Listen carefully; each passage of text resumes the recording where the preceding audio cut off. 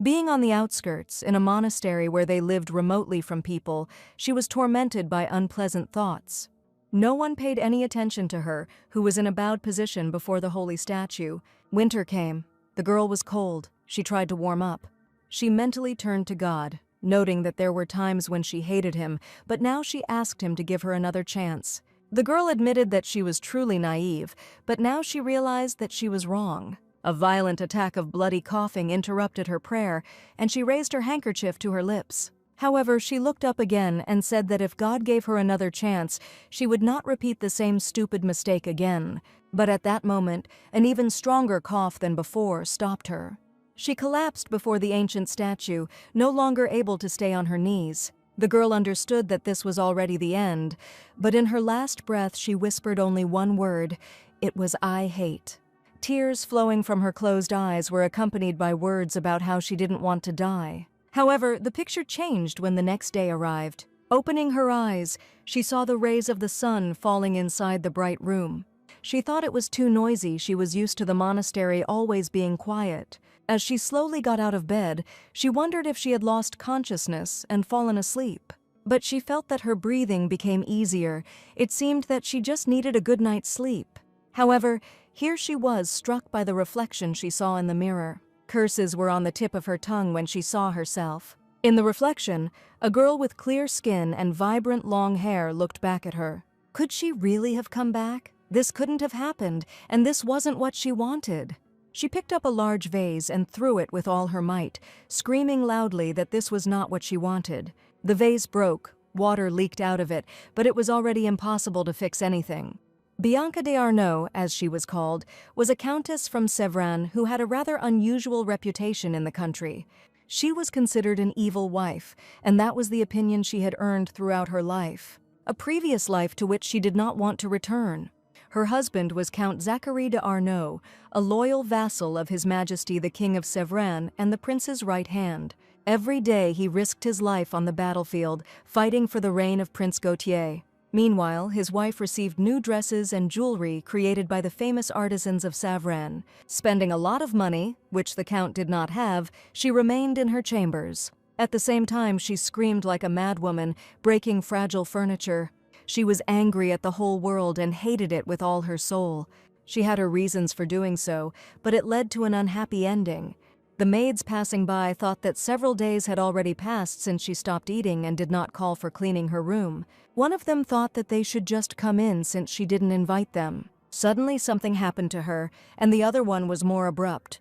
The beautiful blonde declared that it was even better this way, and that no one in the family did not know how much suffering Madame Bianca had brought to the Count.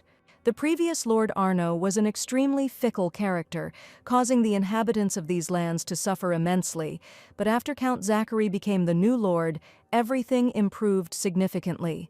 However, the maid, who assumed that her mistress needed help, was struck by the harsh words of her interlocutor.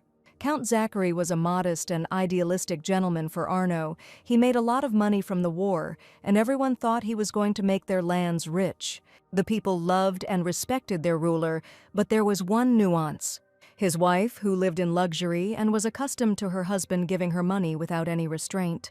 They were together for about 9 years, and because Madame was so abusive to the Count, it was rumored that they never shared a bed. This woman evoked only negative emotions in everyone. It seemed that things would be much better without her. Besides, the battlefield is a place where no one knows what will happen next. Someone may lose their head in battle, someone may experience death. No one could guarantee the return of their ruler safe and sound. His death could happen at any moment, and then his wife could lead to the decline of these lands. The maid continued and said that their master had no heirs yet, and she wondered what Madame was thinking about.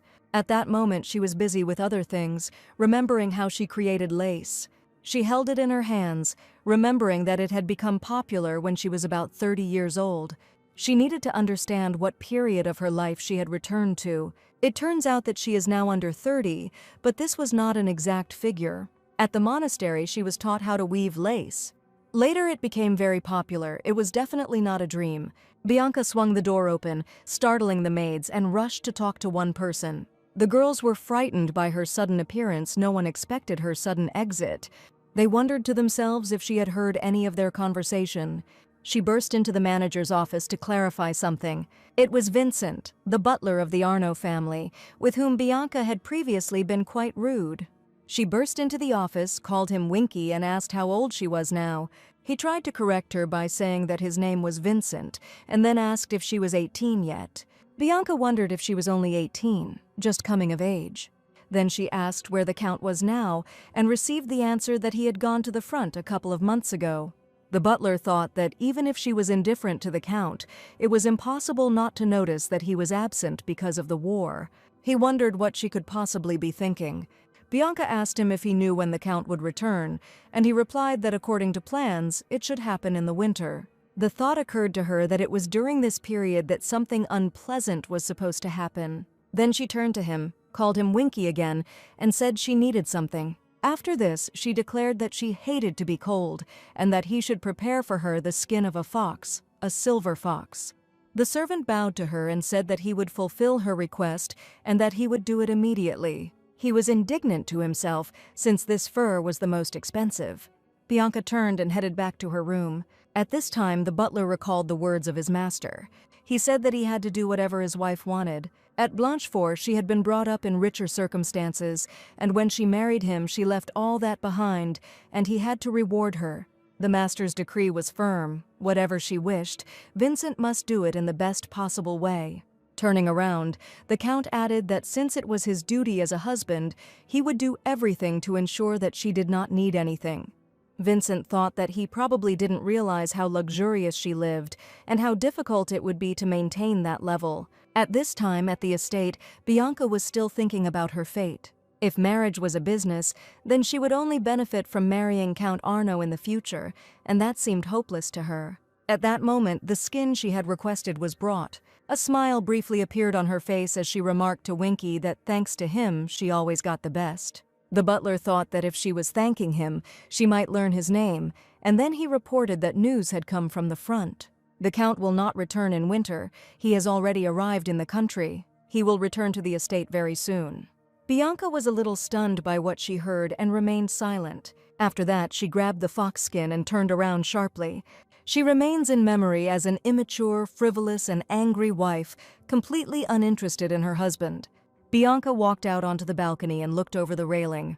She knew she had to change something, otherwise she would suffer the same fate as last time. At the end of her life, she was called Saint Bianca, but this did not flatter her at all. She raised her hands up and, turning to the sky, expressed her thoughts. As she had promised God, she intended to live her second life properly. Looking irritably at the sky, she said that she would never repeat her mistakes. In a complete rage, she was determined not to go through that difficult path again. At this moment, the Count was already heading towards his estate. The entire detachment was finally returning home after a harsh battle. He was looking through his telescope when he heard one of the soldiers ask how he was feeling. He also asked how he felt returning to the country after such a long absence. The Count did not answer this, but noticed that his wife was screaming at the sky. His confidants asked for forgiveness, and asked him again what he meant. He lowered the pipe and thought to himself that she seemed quite healthy. The Count returned to his land, where he was the ruler. By the banner of his troops in the castle, they noticed the approach of the column. One of the warriors said that the black wolf flag was visible straight ahead. This symbol meant that Count Arno had returned. Shouts were heard all around. Everyone began to say that the Count was back in the country. He rode on horseback ahead of his warriors, and shouts were heard all around. Everyone reported that the famous warrior, nicknamed the Furious, had finally returned, and they rejoiced. He received this nickname on the battlefield. His silver hair was always soaked with the blood of his enemies. His hair, like a battle-hardened sword, testified to his strength and courage. His distinctive hair color was associated with victory.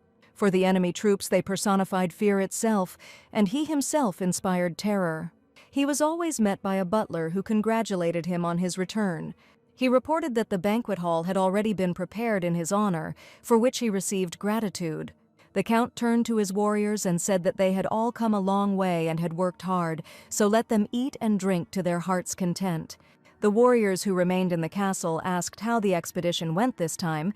They received the answer that the event was amazing and that they would definitely regret not going this time. Army Commander Arno Sovor noted that the enemies had managed to see the power of the Great Sovor. He was inspired and pleased with himself and his achievements. Arno's second-in-command, Gaspar, was much more reserved. Commander Robert noticed that he was tired of talking and demanded that the third commander be calmed down. Busy with their squabbles, they didn't notice how an unexpected interlocutor came out into the street. Sovor said that Sir Robert survived because he cut the spear flying towards her. Robert regretted that it was to him that he owed his life. Gaspar, as always, was extremely silent and did not participate in the squabble. Sovor noted that he would boast of his exploits to Robert's wife, his son, and even his grandchildren. At that moment he heard a cough behind him, turned around and saw the lady. He stumbled in surprise, after which he said that he was glad to see her. The lady nodded casually and asked where the Count was now. She was informed that he had already gone up to his room and was going to take a bath before the meal. She glanced casually in their direction again and didn't react in any way. After that, she turned around and left, making it clear that she understood. After she left, there was a deathly silence that was truly frightening. Sovor was the first to leave and said that during their last absence, the Countess had grown a lot. Back then she was very small, waist-length. He then noted that, looking at the white fox's fur, it seemed that her desires only grew with age. The white fox is a very rare animal, and finding it requires effort. Robert stopped the commanders and stated that the Count's decision did not concern them. To this he was told that Robert had better watch his facial expression, because contempt was visible on it. Robert felt embarrassed for not being able to contain his emotions. Only Gaspar wondered why the Countess was looking for the Count. His question was quite justified, since the Countess came out to meet her husband for the first time. Later, she walked down the hallway and wondered how many years she had known her husband, 15 or 16. That day she decided to discuss an important matter, and without hesitation went straight to the Count's room. Looking through the half-open door, she heard voices. She didn't want to spy, but she wasn't going to barge in either. At this point, the Count was changing his clothes, telling Vincent that he had decided to reorganize the estate upon his return. He then added that everything needed to be checked before going to bed, and that he had to prepare an expense report for the current year and a forecast for the next one. The butler promised to do everything in the best possible way. At that moment, Bianca couldn't take her eyes off the muscular Count. He felt the presence of someone nearby and, turning around, looked at the door. He was surprised to see his wife trying to hide her embarrassment. She immediately explained that the door was open and she was not trying to peek. The Count had already received clean clothes from the servants and asked not to pay special attention. After that, he asked why she was looking for him. He added that if she didn't have an urgent matter, she could contact Vincent as usual. Bianca was indignant and wondered if she could really want to see him only if there was an urgent reason. She immediately voiced this question out loud. Then she said that she heard about his return, and so she came to see him. Bianca added that she is his wife and therefore considers it necessary to be there. Vincent looked at her with his stern and cold gaze. At this time, he was torn between the desire to escape and waiting for instructions from his master. Bianca thought he still had the same cold and scary look. Then she wondered why he was silent. Perhaps he was annoyed that she had come unannounced and perhaps he should leave. However, I decided that this was not an option and that this issue needed to be resolved. She remembered that she had promised herself not to make mistakes again, and if she did not take any steps, her fate would be sealed. Therefore, she said that she needed to talk to her husband and asked to leave them alone. Vincent retreated, although he was internally surprised by this turn of events. He was too interested and remained standing outside the door. He couldn't understand what she needed to talk about with the Count. The gentleman himself asked his wife the same question. Then, leaning against the windowsill, he asked what was the matter. Bianca thought for a moment and then said she had one suggestion. She decided that since they had been married for 9 years and she was already 18, she wanted to fulfill her marital duty. Bianca was angry, not understanding why she had to speak out loud. In a fit of anger, she stamped her foot to cheer herself up a little and make her proposal. The Count responded to this unexpected behavior with a surprised look. Bianca loudly and firmly declared that it was about an heir, and she was ready to give him life. He was silent. She told him directly that she wanted a child from him. There was a time when the life of any noble lady depended on marriage. Initially, her father or the eldest man in the family took care of her. But this could not continue forever, and sooner or later she had to leave her parents' home. Then the husband and his family took responsibility for her. In the past, the life of a noble lady without a father, brothers, or her husband's family, and without an heir, was worth nothing. Bianca, who had not yet given birth to a child, was facing a dangerous fate. So she collected her thoughts and continued the conversation, repeating her proposal. She looked at the Count, expecting him to respond somehow, but he simply remained thoughtfully silent without uttering a word. Finally, he said that he would be honest. He was in doubt and did not know exactly what to do. He simply asked if she knew what to do to get pregnant. Bianca knew this, but she felt that he treated her like a child. She knew this, and not from other people's conversations, but from personal experience. She was only 18 now, but her mind was older than the Count's own. She also remembered events from her past life. They were already sharing a bed when she was 20 years old. She had been through a lot and couldn't understand how anyone could forget it all. Count Bianca told him that she knew all this well because she had heard it from the maids. After that, fearing that her resolve might fade, she declared that it was her duty as the heir of the Arnaud family, and she must fulfill it. At her age, she should have at least known this. The tension between them grew, although all the emotions came from Bianca. The Count's face only darkened and asked what she could do in this case. He stepped towards her and asked if she could do this to him, based on what she knew. And what exactly does she know, and by what method, which is known to her, she can achieve this? He came close to her and asked if she could conceive a child in this way. Bianca was taken aback by his reaction, which was different from what she expected. Turning away, she thought he looked angry, though she didn't expect him to be happy. When he was so close, she became scared. He was a very strong man, exuding an insane masculinity. Sensing her thoughts, he asked if she was afraid of him. Bianca looked at him with confusion, although she didn't think her face revealed anything. Without waiting for her answer, he said that she should go back to her place and rest, and that he also needed to take care of himself. Bianca was outraged and demanded to wait a second. However, he had already grabbed the door handle and decided that they would talk later. Bianca knew this battle was lost and was shocked by it. If he doesn't have a child, everything will end as before. She will have to live again the life that led to her death. Inside, she screamed, "No, no, no," but it didn't solve anything. She remembered how she embroidered with icy fingers in the monastery, being completely poor and unhappy, and she decided that she would never allow this to happen, and grabbed his hand. He turned sharply to face her, but she knew he wouldn't give in. She asked him point blank how much he got for this marriage. Men receive a considerable dowry for their wives. However, the Count apparently was not ready for such a question and let go of her hand. Bianca thought he wouldn't answer, but she heard him start listing. 400 calves, 900 pigs, 100 silver cups, 300 pieces of silk, 2 chests of jewels and a piece of land. Altogether, this amounted to 2 annual budgets of the Arnaud estate. A dowry is money that a bride brings to the groom's house in honor of her wedding, which can be seen as an inheritance given in advance by the bride's family for her support. Often the amount is so huge that it is impossible to remember it exactly, but he listed it all without difficulty. Sometimes it is necessary to remember the exact amount. For example, when the groom gets divorced and marries another woman, he must return the bride's entire dowry to her family. Looking at the Count, she thought that the rumors were true. He really did have a mistress.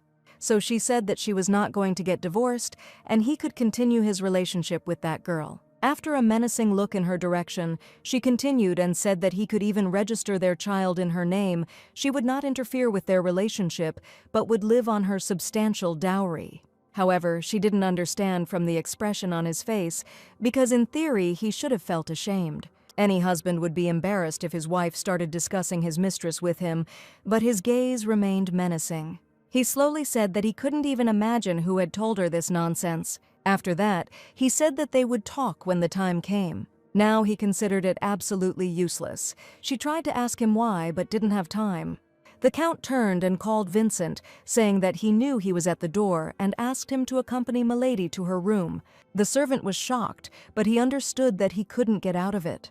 Looking in the door, he said that he would immediately fulfill his request and asked permission to accompany her. After that, he turned around, and Bianca kept trying to stop him.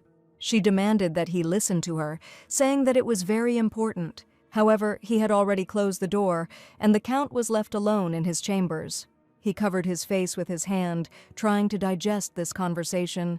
I remembered everything that was connected with my wife, how her nanny died of an infectious disease. The only person she was open with was the reason Bianca cried at night. She had completely lost her appetite and he wanted to help her. However, as soon as she heard his steps, she told him not to come near her. Then she added that he should take off his armor before approaching her after returning from the battlefield. Looking ominously into his eyes, she declared that he smelled of blood. He clutched the fox fur in his hand, remembering the first time she had come to Arno and cried even when their gazes met. After returning from the battlefield, she avoided him, saying that he smelled of blood. And today she greeted him as if nothing had happened, and even dared to take his hand. He thought that he probably still smelled bad because he hadn't had time to wash himself yet. Then he wondered what had changed during his absence. Bianca walked silently down the corridor. After that, they slept together only before he went to war, and they failed to produce an heir. Then, when she was 25, the Count went off to war for the last time. And the inevitable happened. The Count died on the battlefield. At that moment, she needed to have a baby as soon as possible, even if she had to take the first step herself. Bianca wondered if he loved this woman. Vincent followed her stubbornly, saying that he would take her there. She turned around abruptly and said that there was no need to follow her, she would get there herself. The lady again looked like her former Bianca. She was extremely angry, and as she walked past him, she almost pushed him. Bianca was determined to do what she had come back here for again. Vincent, accustomed to his mistress's harsh disposition, turned to look at her. Afterwards, he noticed that she was probably wearing fox fur. Night fell on the estate, and the stars began to play in the sky. Looking out the window, Bianca thought that in order to get pregnant, she absolutely had to sleep with the Count. But judging by everything, he is unlikely to be inclined to do so. Even if she herself approaches him, he will simply send her away. She had long since forgotten how tall and scary he was. And had he always been so muscular, even though she had seen him in the dark when he lay next to her? And then she didn't look at him. She thought to herself that with her undeveloped body, it would be difficult for her to seduce him, although it was unlikely to change in the future. In the past, the Count had shown only harshness, no tenderness, most likely because she, if he were a man, would have reacted the same way her body did not seem impressive to her. However, she was overcome by heavy thoughts, and she began to wonder what she was like. The Count's favorite. Is this really the daughter of serfs or an aristocrat? Whether he loved this woman, she was uncomfortable imagining another in his arms. She recalled how he had clearly listed her entire dowry. I wonder how long it took him to remember all this, and why he needed it. He must be prepared to give it all back when he decides to make his beloved the next Countess of Arno. The thought of bearing a child from someone whose heart belonged to another was repulsive to Bianca. The very idea made her feel sick. At that moment, she felt the gentle touch of fur behind her back. It was so pleasant that she even switched off from her thoughts. However, turning around, she saw the Count behind her. He said that he had tenderly wrapped her in fox fur and said that she had left her new coat with him. Bianca turned around and was not just surprised, she couldn't understand how he dared to enter her territory. The Count said that the fur looked good on her. After that, he stroked her shoulder. Bianca seemed to shrink back. She had not expected such tenderness from him. She looked up, trying to look into his face and catch his gaze. However, he only looked down and said that he was grateful for today. Then the Count simply turned around and left. Bianca was shocked. Did he really thank her, but for what? Suddenly, thoughts of fur came over her, and she suspected that he wanted to shame her or hint at big spending. Fur, fox. She realized that this had happened before. It was in her distant past. She remembered her nanny who had shouted at the Count, asking what it was, whether it was really squirrel skin. How could he bring squirrel fur when even mink fur would not be enough for her mistress? She declared that her miss was a cold-blooded woman and always preferred the best furs, after which she added that even if he was an earl, their county was as far away from him as the moon. She remarked that her master had acted unwisely and that her miss would not have married the Viscount's second son so as not to tie herself to such a wretched family. Nanny Ginny also noted that the Countess could have become a duchess. The Count did not react to these words in any way and stated that if she needed anything, they could ask Vincent. Her nanny, Madame Jeannie, did not hide her complaints against the Count and could make a scene in front of him personally. All this distanced her mistress from her husband. However, over time, the Count won many wars and created a rich country capable of satisfying any whims and caprices of his extravagant wife. Perhaps his words about the fur were only a hint, but she had never heard either sarcasm or gratitude from the Count before. He thanked her for meeting him for the first time after the war, and she could tell he was very surprised. She remembered that even while listening to her complaints, his expression remained indifferent and businesslike. Today he showed her his feelings for the first time, and she realized that if she communicated with him more, his thoughts about his successor might change. Then she would definitely pounce on him, Bianca thought, and even the Count, who was in the bathroom, seemed to hear these words. He had a strange feeling that someone was thinking about him.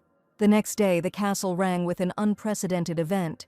No one could believe that the Countess herself was looking for the Count to meet him. Even the children in this country knew that the Countess was ignoring him. However, rumors continued to spread, saying that she herself came down to meet him and immediately went to his office. The news carried by the servants spread very quickly. One of the servants stated that his wife was cleaning in front of the Count's room and saw everything with her own eyes. They even said that the lady left her fox fur to the Count, and then he returned it and threw the fur over her shoulders. Only one girl said, "Isn't it wonderful?" The maids, talking among themselves, said that the mistress would soon come of age and perhaps become pregnant. But even if that doesn't happen, they believe the relationship might still improve, one of the kind maids noted. However, the other one simply snorted and said that it wouldn't change anything. Then she remarked that the Count should really receive this gloomy woman. The other maids became frightened and tried to calm her down, fearing that someone would hear. She stated that this is true, no one thinks otherwise. The so-called gloomy woman is the one who does everything as she wishes. She noticed that the woman had locked herself in the room screaming and was picking on everyone. The servants noted that she was probably escalating the situation, as she really wanted to involve the Count in her games. One of the maids suggested that if she could, she would warm the Count's bed much better. Some thought it was too rude to the Count and Madame. However, the other one said that it was all true. She expressed the opinion that the lady had cold skin comparable to a cold heart. It probably looks like snake or frog skin. She herself resembles a reptile, she added, and suddenly saw that the lady was walking towards her with a furious expression on her face. The blonde girl did not expect her to appear at that moment. The lady's eyes shone like a snake's, and they contained the most savage rage and hatred. The mistress ordered her to clench her teeth tighter, then hit her so hard that she flew off. Her clenched fist showed how angry she was right now. After this, Bianca sat in a chair, deep in thought, and suddenly heard someone's voice. The girl asked why she was sitting there alone, then added that Zachary said that the Countess was ready to accept her and their child, and now she will live in the Arno castle. Zachary, Bianca wondered, why was she calling him by his first name? The girl laughed and told her not to worry, calling her sister she and Zachary would take care of the Arno family. So Bianca can act as usual. Nothing will change. She just needs to lock herself in her room and not come out. Looking at her, the girl said that they should take care of the heir of the family. But they're not going to give up on her. As usual, if she needs anything, you just have to ask. Bianca felt dizzy. She thought that only the Count could give her what she needed. She screamed it so loudly that she lost her voice. At that moment, it was as if the soap bubbles dispersed and light appeared. Bianca felt tears roll down her eyes. She opened her eyes, not understanding what just happened. The girl was lying in bed. She realized that it was a dream. But why did it seem so real? Did the fact that the Count showed her the door really traumatize her so much? She remembered that the Count rarely showed emotions, but that did not mean that he was incapable of having a mistress. Now she needed to cross paths with him more often and then think about the heir. Maybe I should take the bull by the horns and try to have a child. It seems awkward, but what else can I do? She simply had no other options.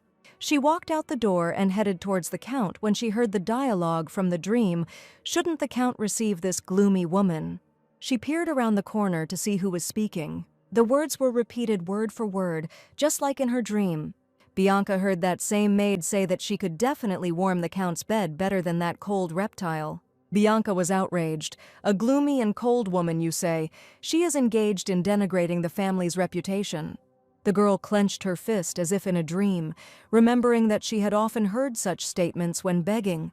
At that moment, the maid heard her steps and turned around cheerfully. However, she saw an icy gaze, full of rage and anger. Bianca decided that she would not allow this now and slapped the maid with all her might. After that, she asked if she really thought she was skinny and plain. The voice was cold, like a reptile, like a frog or a snake.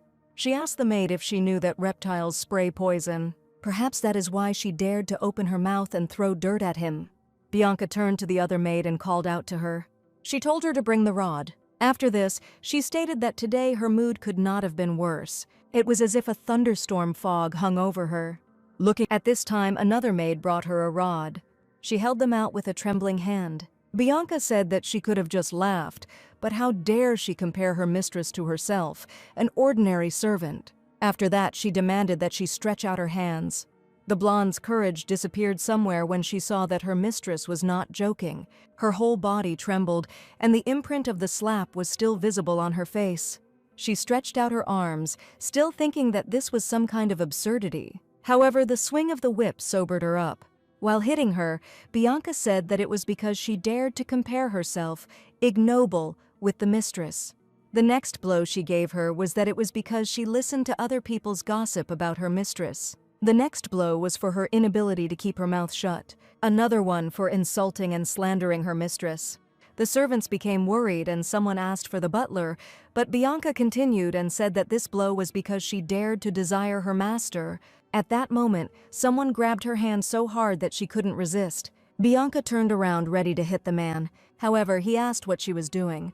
Not surprised, the lady asked who he was anyway. It so happened that absolutely everyone knew about the 3 honorary commanders of Zachary de Arnaud. Of the 3 of them, only Robert served him faithfully even before Lady Bianca arrived. No matter how indifferent she was to the Count, how could the Countess not even know his name, Robert thought. However, he still introduced himself and gave his name. Bianca thought that perhaps he was one of the 3 commanders. After this, she stated that she was disciplining the maids and that he should let go of her hand, but Robert said that she was overdoing it. He then declared that she was undoubtedly his mistress, but he could not silently watch this bullying. At that moment, the maid realized that she could get away with it. She was completely angry and wondered how this could have happened, since she was only telling the truth. However, Bianca said she could admit that she was extravagant and unpleasant, but she couldn't ignore the direct insults directed at her. The maid should not have been told that she was a terrible and cold wife, and that she could sleep with her husband instead of her. Such words cannot be forgiven to anyone. The maid realized that it would be difficult for her to avoid punishment here. At this moment, another participant in the situation appeared, who asked what all the fuss was about in his thunderous voice. The Count himself appeared in the corridor. Everyone turned to him, not expecting his appearance. Bianca and the blonde thought, "Thank God, the Count will definitely help her." It was true. The Count was a magnanimous gentleman. Once a man who stole half a sack of wheat was released on his word of honor that he would return the whole sack the following year. The usual punishment for stealing property is to have a hand chopped off. Bianca raised her menacing gaze to her husband, ready to fight back, but she was thinking about something else. It was she, the woman he was hiding. The Count answered her with a calm look. Looking at her hand clutching the rod, he did not think about the fact that she had a weapon. He looked down before speaking to her. After this, he addressed her by name and asked if her hand was okay. This question caused confusion among everyone around. She was so angry that she still didn't notice what was happening to her. The whole moment remained unclear and confusing for her. However, her entire palm was cut by the rods. She clenched her hands tightly, thinking that he would tear them away to protect his lover. The Count turned to Vincent and told him to call a doctor to treat his wife's hand. She sharply replied that it was not necessary, and that it would be better for him to take care of the sweet face of the girl whom the Count loved very much. Then she asked if it was true that she was his lover. Then she said that she punished her so that others would learn a lesson. She didn't think that she had gone too far today, but she would still back off. After all, she is the one who can warm his bed better than Bianca, she said out loud. These words came like a bolt from the blue. Then Bianca turned around, handed the rods to Robert and headed back to her room, but she was determined to get rid of this girl as soon as possible. Vincent cried out, "What about the lady's treatment?" She replied that she didn't need it, as if it was important to anyone to know that she had beaten the maid. Then she added that it would be better to have a beautiful face treated. And she left, proud and alone. A moment later, there was a deathly silence, and the Count asked what had happened here. The maid, in tears, said that she had simply been diligently washing the floor. She didn't expect that the mistress could attack her. Then he asked what happened next. Looking into his menacing and stern eyes, she did not know what to answer. He asked why, if she was just cleaning, his wife decided that she was his mistress. Why her thoughts led to such a thought, he did not understand. The Count repeated the question as he did not hear an answer. Expecting mercy and more, the maid was in shock, not knowing what to say. She just sat and looked at him, her hands ready to grab him in gratitude, stopped halfway. Then the Count simply turned around and addressed the butler. He instructed him to do everything possible to prevent rumors from spreading. After that, he simply left, and the maid lowered her head. Vincent ordered her to get ready to go home immediately. She added that he was almost thrown out for eavesdropping, as rumors do not spread when they are kept silent. She did not possess this quality, and therefore was not suitable for work in this house. Then, turning away from her firmly, he asked her to return home. She suddenly realized the hopelessness of her situation, and turning to him, asked him to listen to her.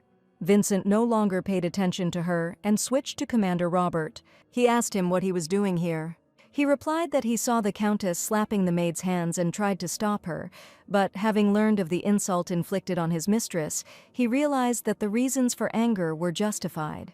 The only thing that surprised him was that she decided to punish her personally. No one had noticed such a reaction before. She was not interested in life in the castle or outside it, and it was unexpected that she reacted like this. Previously, she just sat in her chambers and bought things.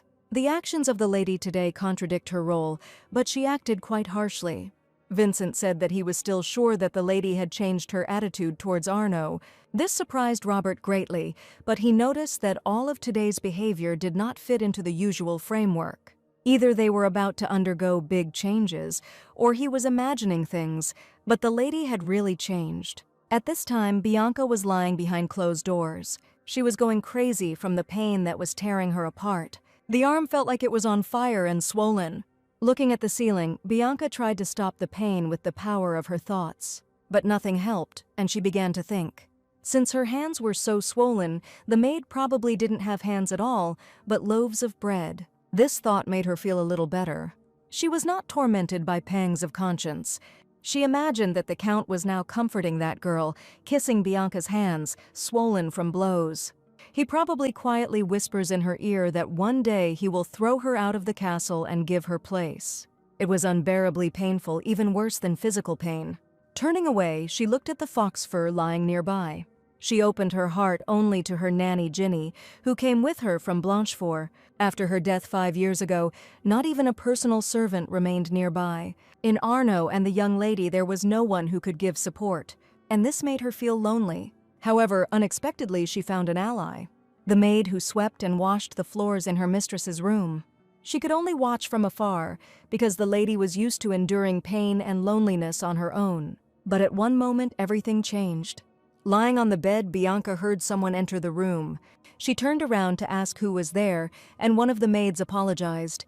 She came into the room with a basin of hot water and said that she had come to treat her wounds with a herbal decoction. This will help reduce the swelling and heat in your hands a little, even though it was just a folk remedy. If Bianca doesn't want to call a healer, then she should at least do that. The girl asked to trust her just once. She would make a compress and leave immediately. Not expecting help from anyone in this castle, Bianca thought about it, but the maid looked at her with understanding, so she decided to give it a try.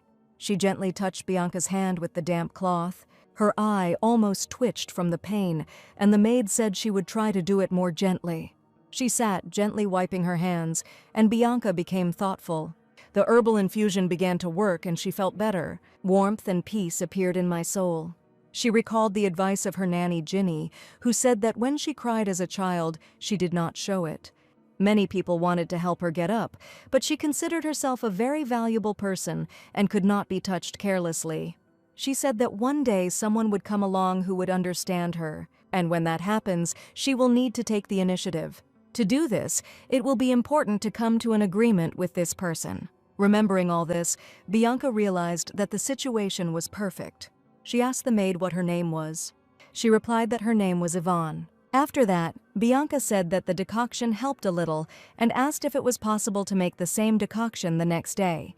The maid felt from her voice that her mistress was afraid of refusal, but she still extended her hands and asked.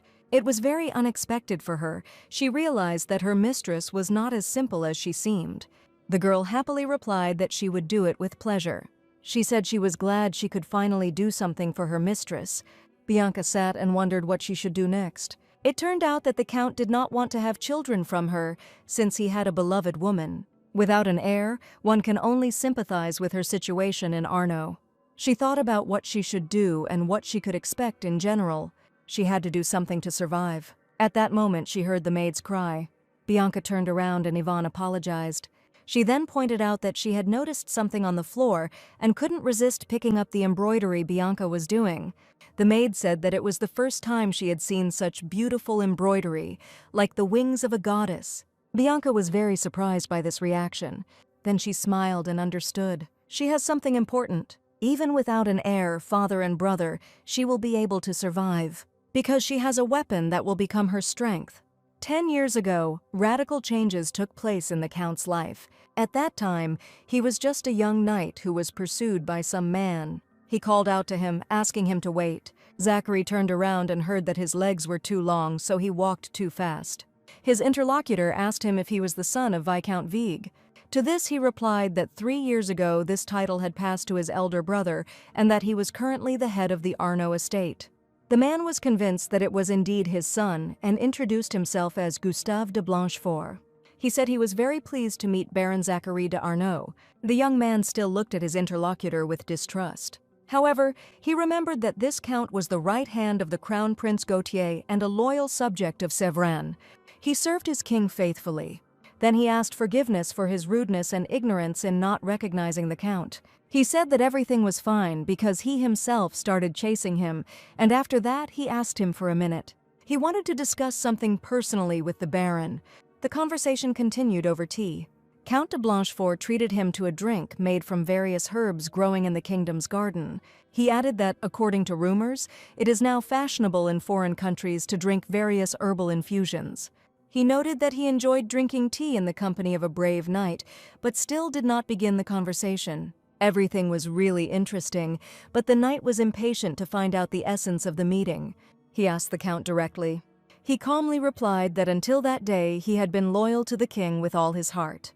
He had no doubt that the prince would one day become the rightful ruler of Sevran. Even despite the presence of some political forces that support another candidate, the count is convinced that this man cannot possibly become a ruler. However, he had powerful forces on his side. There was a danger that a small group of people would support him, but it was too early to relax. Therefore, the count had a proposal to the knight. He asked if he would agree to become the sword of His Highness the First Prince. The Viscount's young son said he was grateful for the offer, but he was only a knight who had recently been made a baron. Does he have the right to defend His Majesty Prince Gautier? The count laughed and noted that he was too modest. He cannot be called a man without glory. Even then, tomorrow he was the Black Wolf of Sevran, the one who had been preparing for battle since the age of 16 and had received the title of Baron. It cannot be said that he lacks glory, and Blanchefort will always remain on the side of His Highness Prince Gautier. Gustave, he couldn't just give up on this important issue. He then added that he would not hide the fact that he wished the young knight to share with him the service of His Highness Prince Gautier. Baron Arno heard that the bright future of the kingdom depended on him. The knight replied that if it was none other than the future king who was asking him, then how could he refuse?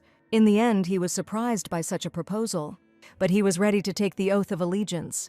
After this, he expressed hope for further support from Count Blanchefort, and the count replied that he would like him to take care of him too. He wanted to ask him one question, but it was more of a suggestion, and a rather strange proposal that left the Baron dumbfounded. It changed his whole future life. Count Blanchefort asked him if he would like to get married. The knight, taken aback, asked if it was really on the count. He laughed and said that he seemed to be free from prejudice, but he had a wife, so that would not work. But he has a lovely unmarried daughter. If the knight marries her, he will become not only an ally, but also a full-fledged member of the count's family. Then he will be able to support it with the help of his connections and fortune. The Count noted that this would be beneficial to everyone. He expressed hope that the knight would not miss this opportunity. It was truly a profitable marriage, and it was hard to refuse the offer, especially for someone who had been thrown out of the Vigue family empty-handed. Count Blanchefort was rich, but the knight he was talking to was poor. The Viscount bestowed the title on his eldest son, and the younger one, thanks to marriage, will be able to gain fame and noble origin. In a sense, it could be compared to a profitable business deal. And of course there was a dowry: 400 calves, 900 pigs, 100 silver dishes, 300 lengths of silk, 2 chests of jewels, and also a portion of land, which together was equal to Arno's budget for 2 years. When the Count had read out all the proposals, he remarked that it would not be easy for Arno to treat the owner of such wealth as he should. His master said that he would have to try hard. After this, he ordered a letter to be sent to the place from where reinforcements had been requested last month. And if we look at marriage as a business, then in essence he sold himself to Blanchefort as a warhorse. However, due to the precious wife he received, the deal was not so simple. The Count had to think a lot when he recalled her image. A wife who has never worked in her life. However, now he saw her in a completely different light. Her hands were swollen from the caning, and it seemed strange. That night, when the Count threw out the maid, he hastily summoned his 3 commanders. Robert asked why there was such a rush.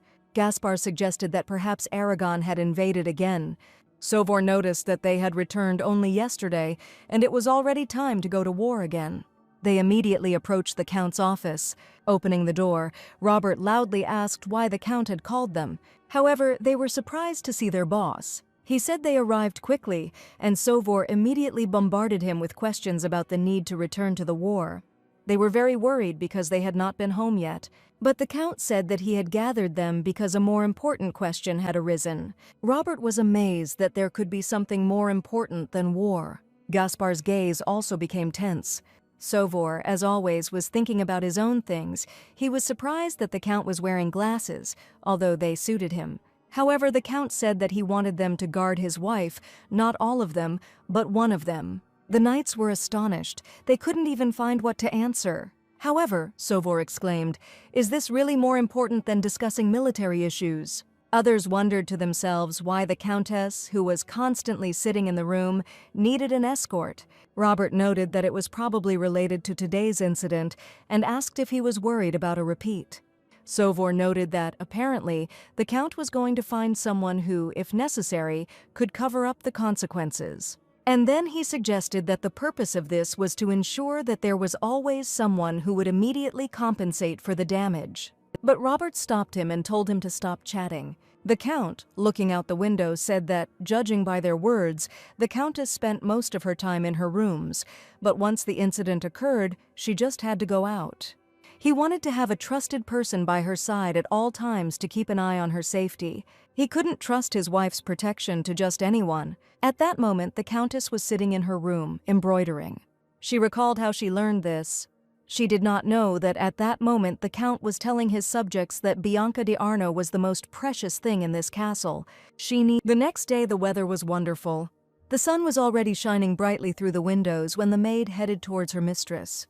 She brought the herbal infusion again. When she entered her room, she did not hear her mistress. Looking back, she realized that she was most likely still asleep. She looked rather tired and even irritated. Yvonne thought it was the sun shining in her face and closed the curtains. The lady remained in the room with only a small strip of light. Yvonne considered whether to wake her up and decided to watch her lessons first. She decided that it would be better for the lady to sleep and carefully began to treat the wounds. The maid touched her as gently as she could so as not to disturb her. Yvonne had a younger sister, the same age as her mistress. She married a carpenter who was much older than her, so they didn't see each other often. And every time she thought about the lonely lady within the walls of the huge castle, she remembered her little sister. At that moment, she felt like she was next to her. Then Yvonne felt the lady squeeze the fabric. The maid immediately calmed her down and apologized for waking her. Bianca replied that everything was fine, it was time to get up anyway. Thanks to Yvonne, she at least woke up not too late, and then asked if she could help her change. Yvonne was surprised and asked if she really wanted to leave the room. The lady smiled and said that she had a lot of things planned for today. Yvonne followed her mistress down the corridor, not understanding what she was planning. Bianca said it was still a little chilly. The maid cried out that she had forgotten to take the fox fur. She said that she would quickly go get him and come back. Looking at her, Bianca thought that she was quite a smart girl, intelligent and caring. If they had met in a past life, they probably would have recognized each other earlier. Then, perhaps, Bianca would not have had to go through that difficult path. Although here she wondered if anything would change in the end. She decided it was time to get down to business and stop dwelling on her memories. She has little time to live her new life. There was no point in wasting time regretting the past. Vincent, as always, was busy with the estate's affairs in the morning. When he heard the lady's request, he was simply amazed. She noticed that he had been taking care of the finances of the Arno household for a long time, long before his wedding with the Count. He confirmed that this was indeed the case, and she remarked that this was something that the Countess should be doing exclusively, but that she was too young to do so. She was now 18 years old and old enough to look after the household expenses. She wondered who else could teach her about housekeeping, if not Vincent, so she asked him to teach her. Vincent was surprised because it was the first time she had said his name correctly, and it warmed his heart. He thought that after buying the white fox fur, she had changed somehow. Previously, nothing like this happened after such purchases. She always spent large sums of money on very luxurious things, but now her expenses have noticeably decreased. Yesterday's incident with the maid who allowed herself to say too much was rather strange. She tried to establish discipline directly, rather than remain a bystander as before. Her desire to manage the family's affairs independently was quite mature and reasonable, and not a stupid whim. Vincent put his hand on his heart and said that she could trust him. He would definitely help. After that, he said that it was better for her to learn by doing. He suggested that they walk around the area right now and tell her everything. Bianca really liked this inspiration. She even felt a little pleased. She thought that it was not easy to get pregnant from the Count. This had already been tested in a past life. Therefore, it is worth starting to do what she did not do in her past life. Then she will be able to get closer to the Count by running the Arno family's household. To do this, you need to find the right people to do things right. Then the Count will understand that she is no longer that helpless child who can't do anything. He will be able to see in her a future political partner. This will help change her life for the better. Here, Vincent told Bianca that he would like to talk to her about her security. Bianca asked what it was about. He said that one of them would accompany her everywhere. She had already met Commander Robert. Commander Gaspar is a slightly withdrawn person, and the other commander was a citizen who had been freed from serfdom, as far as Bianca knew. After this, Vincent asked who the lady would choose. Bianca thought with displeasure that she still had to choose. She understood that they were talking about the Count's loyal commanders. It was obvious they didn't really want to do this, so Bianca said she didn't need security since Vincent was always somewhere nearby. She didn't want to make any extra noise while walking with her retinue. However, she noted that this looked disrespectful. Then she was informed that this was the master's order. At that moment, Bianca felt that her assumption of becoming the Count's confidant was a little foolish. It was as if the contract they had made was being torn apart before her eyes. Even in matters of choosing an escort, he suggested trusted persons. Even in this, she could not make independent decisions. And the escort was a good excuse for the bodyguards to appear. Suddenly, she felt as if she was surrounded by chains. It was as if she had become a prisoner in the house where she lived. And this made her feel uncomfortable. She felt humiliated. After all, the Count would have watched her under the pretext of accompanying her. Therefore, he would always know what the Countess was doing, no matter what she was doing. Can we consider that the Count and Countess are equal as spouses? She didn't know that at that moment he was watching her from the window. Bianca felt like she was taking part in a play where Vincent was the lead. It was as if he was saying that the main moment was now being decided which of the three the lady would choose. But she was still thinking and could not figure out how to decide. But in the end, she pulled herself together, considering it fair that she should ask her husband's permission.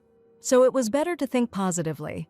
She managed to find some peace of mind and think about the situation. There will be Sovor, one of the Count's freed commoners. It was clear from his appearance that he was not particularly sensible, and it looked like he would definitely be stupid.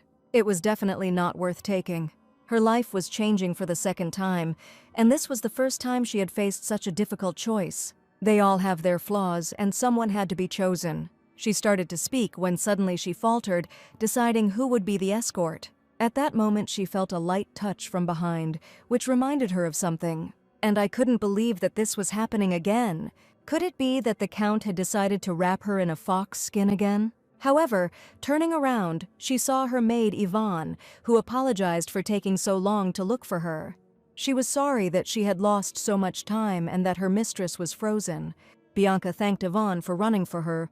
The maid noted that she was quite strong and capable of a lot. At this moment, the commanders were somewhat stunned. Could this lovely maid really be so close to the Countess, since Bianca knew her? At the same time, Robert thought that she couldn't remember his name yesterday. Yvonne glanced back at the commanders with a slight smile. She was very positive, and the situation was immediately diffused. Despite the anticipation of a decision, the commanders could not hide their surprise at the lady's behavior. Bianca herself was glad that the air seemed to clear with her appearance. However, she thought she couldn't choose.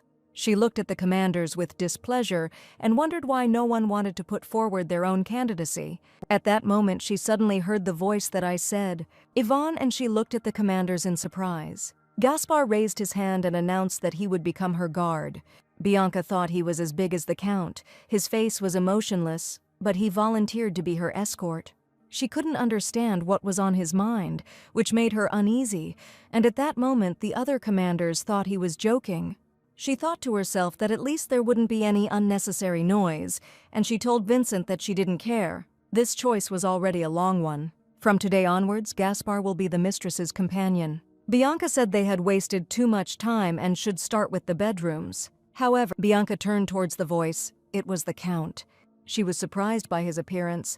Lately, they had started to cross paths too often, although before he had shown no interest in her. He looked at her silently, and her nerves gave way. She asked sharply why he was looking at her like that. The Count asked permission to touch her face. Bianca didn't expect such a romantic situation with so many people. She even recoiled slightly when he extended his hand. However, even this would have been a cause for shock for others. The Count and Countess had never been seen together. Then he gently touched the back of his hand to Bianca's cheek. She didn't understand what was about to happen and couldn't move. Her husband simply said that she had a fever. The maid was amazed. Bianca grabbed her cheeks. Yvonne immediately touched her mistress and said that it was probably because of being outside for so long without a coat. At this time, the commanders noticed that the Count's office was located directly above them. They wondered if he had been watching them all this time. However, he paid no attention to them and wrapped Bianca in his overcoat. After that, he said that it would be better for her to return to her room today.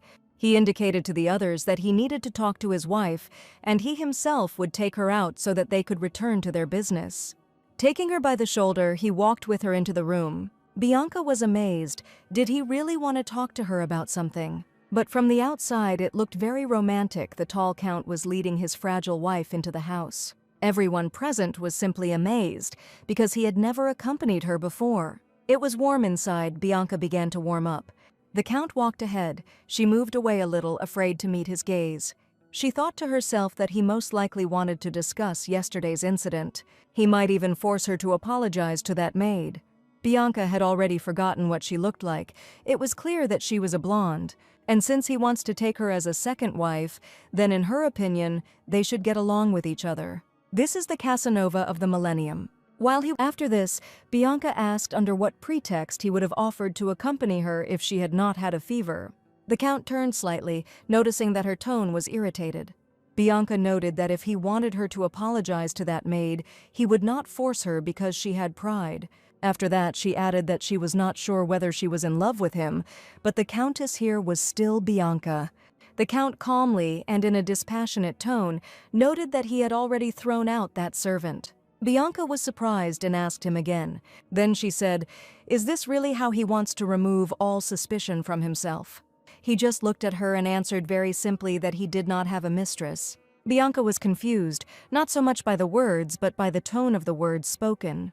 She said in a slightly hurt voice that now he seemed to want to avoid the topic entirely because, in her opinion, she was just a child in his eyes. The Count did not answer, but the next second he did something unexpected.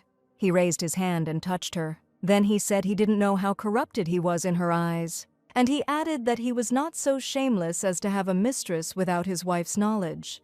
Bianca couldn't figure out if it was related to the temperature, or maybe with the fact that he closed her eyes, but she could clearly hear his heartbeat. The heat carried her away into some strange memories. It seemed like she should remember this feeling. She could smell a familiar scent coming from the Count's hand. Something was awakening her memories.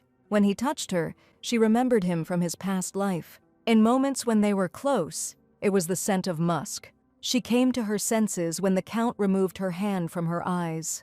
Bianca immediately thought she was going crazy and wondered what she was thinking about. But she still asked. It turns out that this girl was not his lover. Receiving no answer, she said that since he was so reluctant to bring up the subject, she would not ask anymore and would pretend that she did not exist. The Count thought she was stubborn and said it out loud, to which she only snorted. She said that if they had or were planning to have a child, there would be no doubt about it. She also expressed her opinion about what people would think if they learned that she did not have a child by the age of 18, but the Count immediately replied that it was still too early for a successor. But Bianca was in the mood for an argument and asked why he had assigned her an escort and chosen one from among those who had trouble looking after her constantly. He replied that it was simply to avoid cases like yesterday, to which Bianca replied that she now had a personal maid. The husband said that which of them would take better care, the maid or the knight. Now it all felt like a fight, and she remembered that he was called a fierce warrior, and it was really difficult to defeat him. He thinks she's stubborn. It's a different story. She said that she walks around his castle and nothing will happen to her. The Count lowered his eyes and wearily said her name. Then he said directly that the castle did not belong to him, but to both of them. Bianca couldn't believe she heard such words. She touched the ring on her finger, the wedding ring. I remembered that in my past life, the Count never spoke about them. Her husband noticed that her temperature was rising. He put his arm around her and said it was time to stop arguing. She needs to rest, otherwise she will get sick. Bianca thought he had ruined all her plans for the day and wondered if this conversation was just for the sake of arguing or if he really wanted to discuss something. However, these questions remained unanswered. Despite rest, her temperature continued to rise and she felt unwell for several days. She didn't know what could have caused her illness, and in her dreams she wondered how it all started. But life continued in the castle, and everything went on as usual. At that moment, the Count was reflecting on the past events. He was surprised that Gaspar volunteered to accompany Bianca. However, at a meeting with the commanders, he noted that those who remained needed to distribute his responsibilities among themselves. Robert took charge of the logistics, and Sauveur took care of the stable work. At that moment, Vincent came up and noticed that he hadn't made mulled wine for a long time, and the lady could be offended by him and call him Winky. It should be noted that the name Vinky, translated from French, means mulled wine. Vincent noticed that she suddenly asked him to teach her how to run the house. Her intentions were like drops of water on a lotus leaf. You never know where they will end up. The Count noticed that he said that she usually sits in her room and does not go anywhere. Vincent noted that this had been the case before. But in the last few days she has been coming out more often and has done a lot of mischief. It was not only about the maid, but also about the choice of an escort. He asked what the Count had spoken about with the lady. At that moment, everyone tensed up. This was interesting for both Robert and Gaspar, as well as Sauveur, who was thinking that mulled wine was the best thing you could drink in the cold winter. The Count replied that Bianca thought he had a woman on the side. Then he noticed that perhaps she was worried about being sent back to her father's house. Robert remembered what she had said in a conversation with that maid, that it was not worth saying that Bianca was a terrible and cold wife. He realized that this was why she had been so angry with the maid yesterday. The Count asked Vincent if she had sent letters to her father. He received a reply that there was no mail. She did not send or receive letters. The Count was surprised that her father never wrote even a couple of lines to his daughter. He remembered how he reacted to the death of Nanny Ginny from an infectious disease 5 years ago. Then Zachary told him that Bianca was having a very hard time and that the woman was like a mother to her. However, Bianca's father replied that if the disease had struck Arno, it would have affected all of Sevran, and it was worth informing the prince of the need to send condolences to the affected areas. Thus the Count showed that he did not care about Bianca. Later, he turned to the butler, saying that if Bianca asked him to teach her something, he should do his best. He would like the butler to inform him of what exactly would interest her. "Let her learn to run a household and get used to it before spring," said the Count. He intends to take Bianca with him to the capital of Laos. At that moment, Robert choked on his mulled wine, although Gaspar managed to keep a straight face. Robert thought that the escort would last a long time, but he had expected no more than 3 months. Sovor decided that he wouldn't be a scapegoat for long. He already imagined what the path to Laos would be like. At that moment, a real theater was being played out in his thoughts. This was exactly how he imagined the journey with the Countess. He saw how she would groan indignantly, wondering how much longer she would have to travel in this carriage, and that she wanted to drink afternoon tea. He imagined her distracting Gaspar, demanding that it all be over already. He tried to calm the Countess and said that if they stopped now, they would have to set up camp in the forest. All the heroes in Sovor's head had his face. The Countess was arguing with her escort. Sovor thought that Gaspar was not at all able to adapt to others. Then he was struck by the thought of why the Count had decided to take his wife with him at all. It was obvious to him that she would sweep all the clothes off the shelves of fashion stores, although he himself would not have been against it. He had already forgotten that she got married at a very early age, but by the age of 18, 2 or 3 children appear in the family. Although they did not yet have a successor, Sovor thought that this was a terrible thought. He asked his master if the reason he wanted to take his wife with him was because they were going to have a child. The Count was surprised by this question, because recently he had begun to hear such demands more and more often. But Sovor did not calm down and waited for the Count's answer. He took off his glasses and thought. Bianca's words about wanting to have a child with him came back to him. However, the Count said that he did not want to touch on this topic now. That was not the point. Sovor thought that the Count could not be so angry about this. His face turned crimson, but he realized that he had to stop asking questions before he became furious. At this point, Robert noticed that he wanted to talk to the Countess about this. The Count was surprised at the direction the conversation had taken, after which he said that he simply wanted to leave. He noted that there was no point in talking about it now, since they weren't going anywhere yet. However, the commanders noted that the Countess might refuse to go. Everyone wondered why he was taking her consent for granted, whether the Count was really so self-confident. The Countess, who in her heart felt a slight distrust of the Count, soon recovered and began to learn how to run a household. From early morning they spent a lot of time together with Vincent. He waited for the prearranged hour and thought about what else he needed to tell her. When she finally showed up, she apologized for being late. Vincent greeted her, noting her strange appearance. She said that while she was getting ready to go out, she lost track of time. He thought she looked like a Matryoshka doll, then noticed that it was colder than usual today. Matryoshka didn't feel very well. She asked if there were too many clothes. The maid remarked that she couldn't believe how easily she had fallen ill back then, so it was better to be on the safe side. She didn't know that the illness could last for several days, and she would have immediately taken the fox fur coat. Finally, they went on about their business. Vincent said that most of the territory of Arno is plains, and the place where the castle is located is one of the highest points. To the east there was a forest, and nearby there was a river, which made it possible to develop both agriculture and forestry, and he was extremely pleased with this fact. For the Countess, who was absolutely not interested in this issue, the territory of Arno was the subject of only one conversation in her past life. This happened under very unfavorable circumstances. That's why Bianca remembered this conversation for a long time. It all happened after the Count died in the war. That day, Viscount Vigue, the Count's brother, drove Bianca out of Arno. Vincent said that if she went straight east, she would see a forest, and that she would have to follow the forest path for about 10 days to reach the Blanchefort family land. As she walked barefoot, she thought how fortunate it was that the ground was so level. When she wandered around, she hated this place with all her soul. Yvonne kept adjusting her mistress's clothes, especially now that they were illuminated by the sun. Beautiful fields and trees spread out around. Bianca couldn't resist and expressed her admiration for the beauty of nature. The maid was glad that her mistress liked her. After examining the surrounding area and explaining the situation of the territory, Vincent stopped at the sewing shop. He remembered that the lady had specifically asked about this. So I decided to show her everything in person and told her again about the production and embroidery of clothes from fabrics. She was accompanied by a maid and Gaspar, but Yvonne found it unpleasant to listen to people's voices.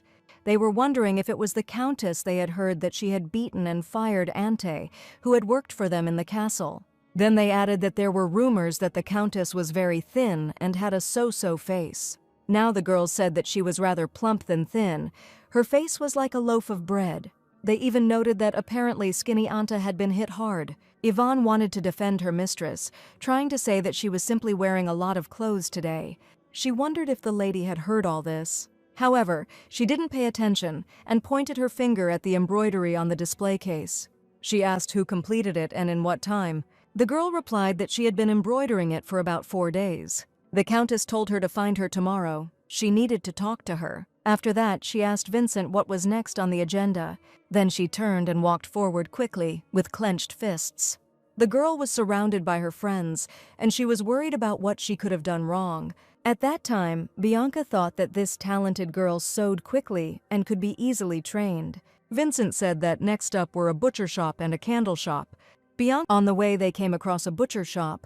Vincent said that here they salt meat, prepare it for winter storage and everything related to this. You can gain a lot of fat during the winter. However, Bianca was already distracted and wanted to go further to find out where the candle shop was. Vincent pointed her in the direction. She was delighted. She couldn't believe that the place where they were made was so close. She was told that candles were a rarity in the monastery and were distributed immediately. She wanted to see with her own eyes and remember how they were made. When we entered, we saw a worker at the vat. He described the candle-making process, where melted pork fat was lowered and raised many times, so the candle became thicker after each approach. The worker handed her a candle so she could try it. Bianca thought that this candle was very different from the one in her room and smelled very strong. Vincent explained that this was because the candles were made from different materials. The candles in the Countess's private chambers and dining rooms are made of the highest quality beeswax. Since this material can only be obtained in the spring, since bees only produce honey at this time, it is available in smaller quantities and therefore expensive. It is mainly used for royal and religious ceremonies because it is less odorous and leaves less soot.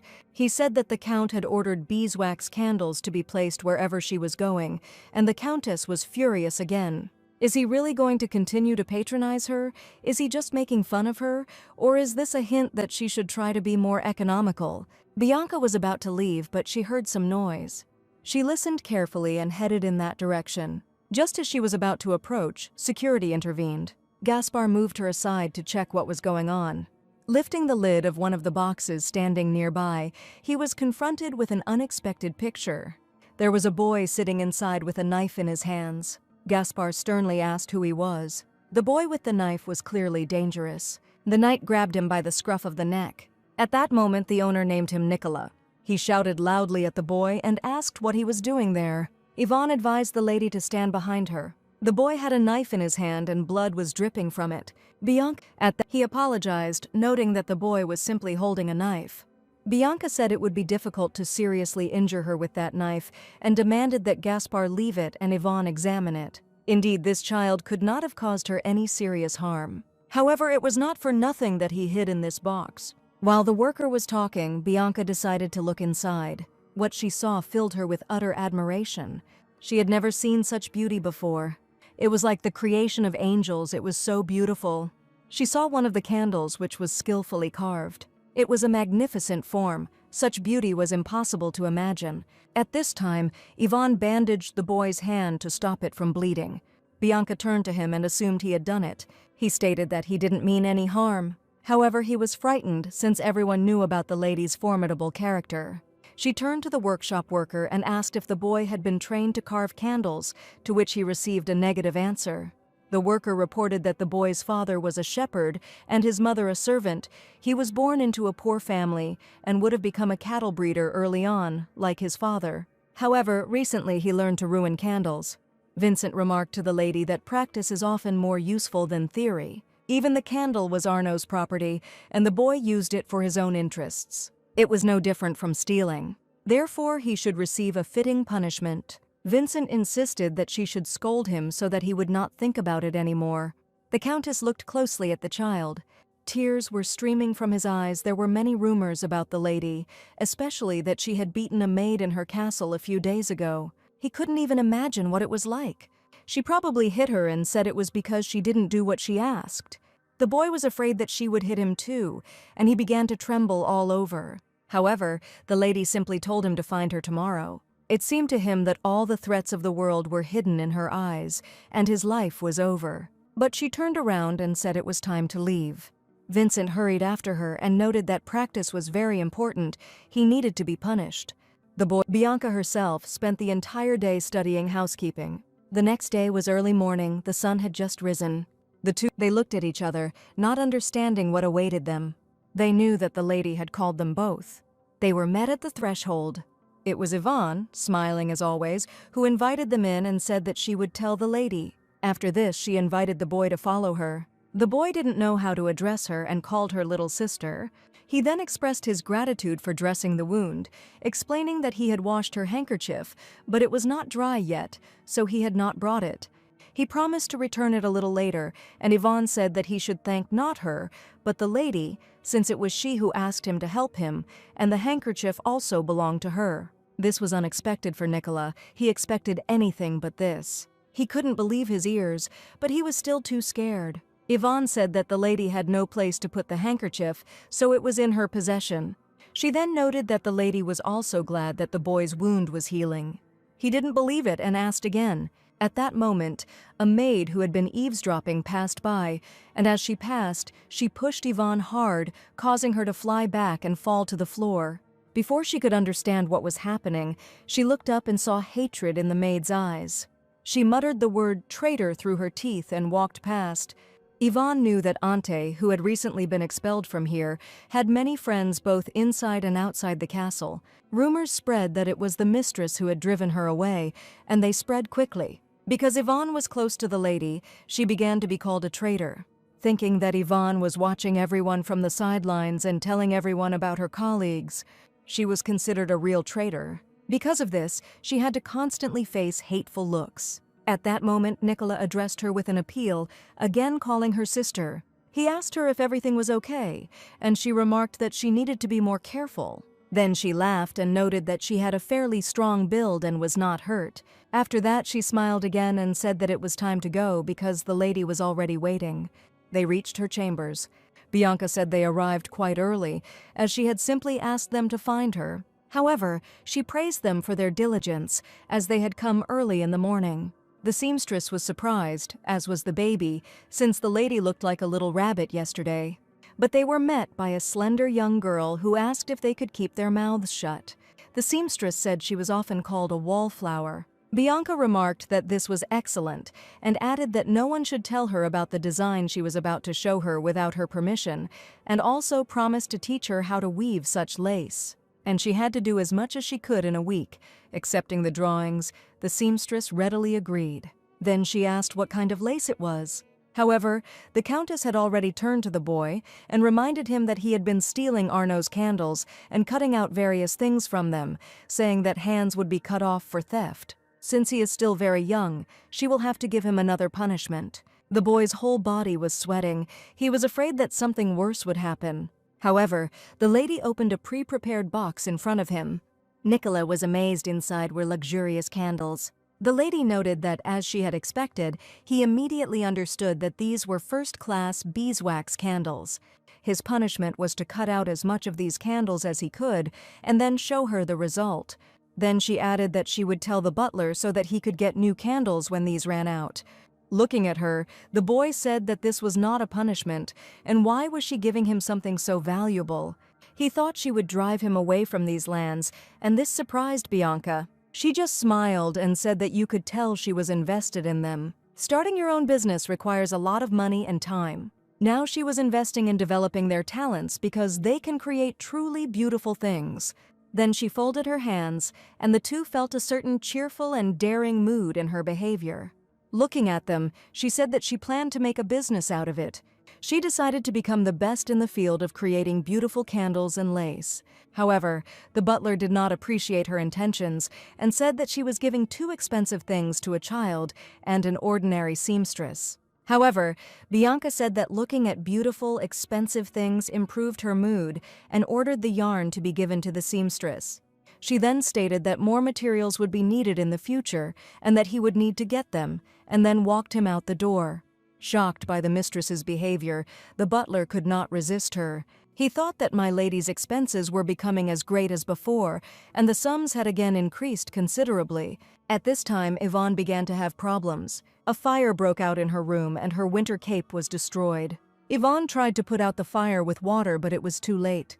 This was her only winter clothing, and she didn't know what to do now. At that moment, she heard a sarcastic voice that said that if she was going to take care of her own things, then she should take care of them. The maid told her colleague that Yvonne seemed unaware that such a thing could happen, and noted that since she had decided to sell out her colleagues, she should have acted a little more intelligently. After this, the girl decided to turn to a seamstress for help in restoring her clothes. However, she was shocked by her condition and said that she would not be able to mend the shirt. Yvonne pointed out that they would probably just have to throw it away, and the girl agreed. She said that she could not help in any way, since last time it was she who brought the rod and was the one who reported it to the butler. This caused her problems, although Yvonne, who treats Milady like her little sister, remains with her to this day, despite the bullying. After this, the girl suggested putting on her coat so as not to catch a cold, but Yvonne replied that it was okay, since she would have to work in the hallway all day, and she needed it more. She remained in a positive mood and decided that she could cope with it. Yvonne stated that she was very strong and the cold could not break her. However, this was too self-confident. While walking, her mistress noticed that she had less and less clothes each time, and she said that she had accidentally burned her shirt. Gaspar suspected that this was not the problem, but Yvonne said that she felt fine, and even if she was cold now, she would not get sick. Bianca thought she didn't know about all the twists and turns between the maids. But then I remembered something. She hadn't worn a gray squirrel fur coat at all lately. It is still stored somewhere in the cabinets. The maid said that she already had a good fur coat. The mistress wore a marten fur coat, and she noticed that marten coats looked much more luxurious on her. The lady agreed that this was indeed the case, but from that moment on she would no longer wear a coat with squirrel fur. So Yvonne can take it. The maid was amazed, but the mistress noted that she had a new fur coat, and Yvonne could throw away that coat or do with it whatever she wanted. However, she would like to wear it if possible. Then she added that she wanted her maid to always be by her side and in the best shape. Yvonne was touched and wondered if the lady really cared about her. She loudly admired how kind her mistress was. However, Gaspar decided to cover her with his own cloak. When the squirrel coat arrived, Yvonne asked hesitantly what it looked like. The lady said it suited her very well, and Yvonne remarked that it was very warm and comfortable. Bianca nodded with satisfaction and said that since Yvonne was her maid and worked hard, she was glad that she could at least please her in this way. After that, she reminded them that they were expected and it was time to go. Yvonne couldn't stop thinking about the fact that her mistress had called her her maid, meaning that she was now her personal servant. She thought that this coat could be passed down from generation to generation, and at that moment Gaspar decided that it suited her very well. Bianca asked Vincent where they were going today, and he replied that it was to the cattle grazing area. The lady was surprised because it was winter now and they were still out grazing. The butler replied that they were preparing food for the sheep and cows for the winter, but the horses also graze in the winter. The fact is that the count ordered that horses be bred so that they could withstand harsh winter conditions. Therefore, grazing is carried out during the winter period. Bianca thought that this meant that Arno's horses were very strong, and that was good news because even if she couldn't change the future, she could use them. However, then she pulled herself together and thought, what strange thoughts. She was again starting to imagine the worst-case scenarios. Even though she had promised herself that she would do everything to avoid being kicked out, the prospect still terrified her. She couldn't forget the past so easily, it still had a hold on her. At that moment, she was called and asked to look forward. Bianca was amazed by what she saw. Her gaze fell upon strong, robust, and beautiful horses. Despite the severe cold, they seemed to be feeling fine.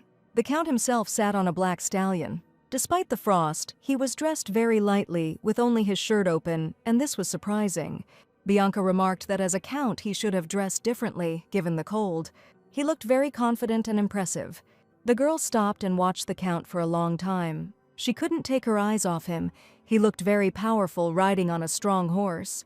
The meeting made a strong impression on her. It seemed to her that the count looked free, and this was exactly what she had been missing all her life. Deep down, she was very envious of his freedom. After that, I remembered that he said that these possessions belonged to both of them. It's easy for him to say this because he has freedom, while she is still far from it. After some time, she will come to a different realization.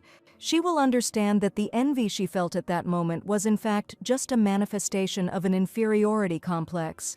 This was after Gaspar began guarding the lady. Sovor looked after the stables. He did it in a rather funny way. At the end, then he congratulated them on the fact that they would be going swimming today. He told them that since the count was grazing other horses instead of him, it was only to his advantage, since he did not want to go outside in such frost. After that, he kissed the little foal, calling himself Papa Sovor, wishing him to grow up big and healthy so that he could fight side by side with him. As always, Sovor's rich imagination led him into interesting depths. A whole movie played out in his head. He demanded that the little horse not scatter his loyalty left and right. His father had to be a thoroughbred, with good parents and origins. Because genealogy is as important to horses as it is to people, it was at that moment that he was called out. He didn't notice how the lady, her butler, and her retinue appeared in the room. Still not returning from the world of his fantasies, Sovor grinned slightly. However, when he realized that the countess was in the stable, he almost fell. Bianca said she would pretend she hadn't seen anything and they could get on with the job. Sovor heard that she had been inspecting their land recently, but why did she have to come to the stables? The knight remembered how she behaved at the very beginning. When the lady arrived in Arno after the wedding, she was constantly dissatisfied, and this was evident in her appearance. She was crying, anger and irritation were on her face, so he didn't know how to behave. Now he expected a scolding from her, since he had not had time to properly clean the stables. At that moment, Yvonne licked the horse. She was shocked, as she was not at all prepared for this and was not used to such close contact with animals. She staggered and almost fell, but Gaspar came to her aid and caught her. Lately, he has been showing her signs of attention. Bianca turned around and asked if everything was okay, and the maid replied that she was just a little scared. After that, she thanked Gaspar for his help. The knight himself treated his four-legged friends well and stroked one of the horses. Sovor noticed that now everyone who laughed at the count for allegedly wasting money buying horses had suffered a defeat. They were deprived of all their horses, which were given to the soldiers. The knight said that since childhood the count had taken part in many wars. That's why he understood how important mobility was. It was clear that the knight was delighted with his master. He called the count the wisest man. He probably would have spoken for a long time if he had not been stopped. But he still noticed that on cold days like today, the count personally goes out to the pasture. Bianca was thinking about something else at that moment. She wondered if she could ever get a horse and ride it. When she voiced this out loud, Vincent said that riding a war horse was dangerous, and her maid expressed the same opinion. Sovor asked if she knew how to control a horse, to which Bianca replied that wasn't that a reason to learn. People are not born with all the skills at once. However, Sovor noted that the character of war horses was very different. They are very sensitive and intelligent. If a stranger climbs on its back, the horse will be extremely unhappy. Vincent noted that there were ladies who learned to ride, but if she wanted to, she would have to ask the count for permission. Such permission was given only after the count's approval. Bianca told the butler to get this permission for her. She didn't know if her husband would allow her to do this, since she had lost the first battle. When talking about an escort, she was unable to defend herself. However, Bianca decided it was time to go and said that Sovor had done a good job. She then added that if she got permission, they would cross paths more often when she learned to ride, and she was counting on it. After that, she stroked the foal with the back of her hand and said that they would see each other again, calling him her friend. The baby reached out to her softly. It was very cute. When they left the stable, Sovor was left with strange feelings. He couldn't believe that his mistress was behaving like this. He was used to her extravagant behavior. However, then Robert noticed Sovor and asked why he was standing outside in such cold weather. He said that the Countess had recently come here. He noticed that she didn't look disgusted. Sovor thought that it was dirty and smelled terrible here, and she would order him not to come close to her, but it turned out that the mistress was much better than he thought. Robert asked again if this was really true, to which he received the answer that if a person is kind to animals and children, then he is a good person. Sovor said she called the baby a friend. He noticed that the Countess was not afraid of huge war horses. She even asked politely if she could take a ride on one. It was noble. The knight suddenly realized that he was amazed by his mistress's behavior, and it seemed even fell in love. However, Robert was skeptical about this. He did not understand what was going on in Arno. After a long day, Yvonne was preparing the bed for her mistress. She had just finished warming it up while Bianca was taking a bath. Lately, she has become even more sensitive to the Countess, and I tried to do everything possible to ensure that she did not experience any inconvenience. When she came out of the bath, she was surprised that Yvonne had not left yet. The maid noticed that she had just finished warming her bed and asked if she would allow her to dry her hair. However, the lady said that everything was fine. Yvonne could come back. She also needed to rest. After saying goodbye to her, Bianca climbed into a warm bed. She loved to let her hair down and lie down under a warm blanket. However, she needed to check her homework. It was necessary to evaluate the lace that the seamstress had woven. She noticed that she had done it very beautifully. Perhaps she could create her own pattern or train other seamstresses. Bianca fingered the lace and felt herself relax completely. At some point, she felt so good that she seemed to float. Warmth enveloped her after the winter day.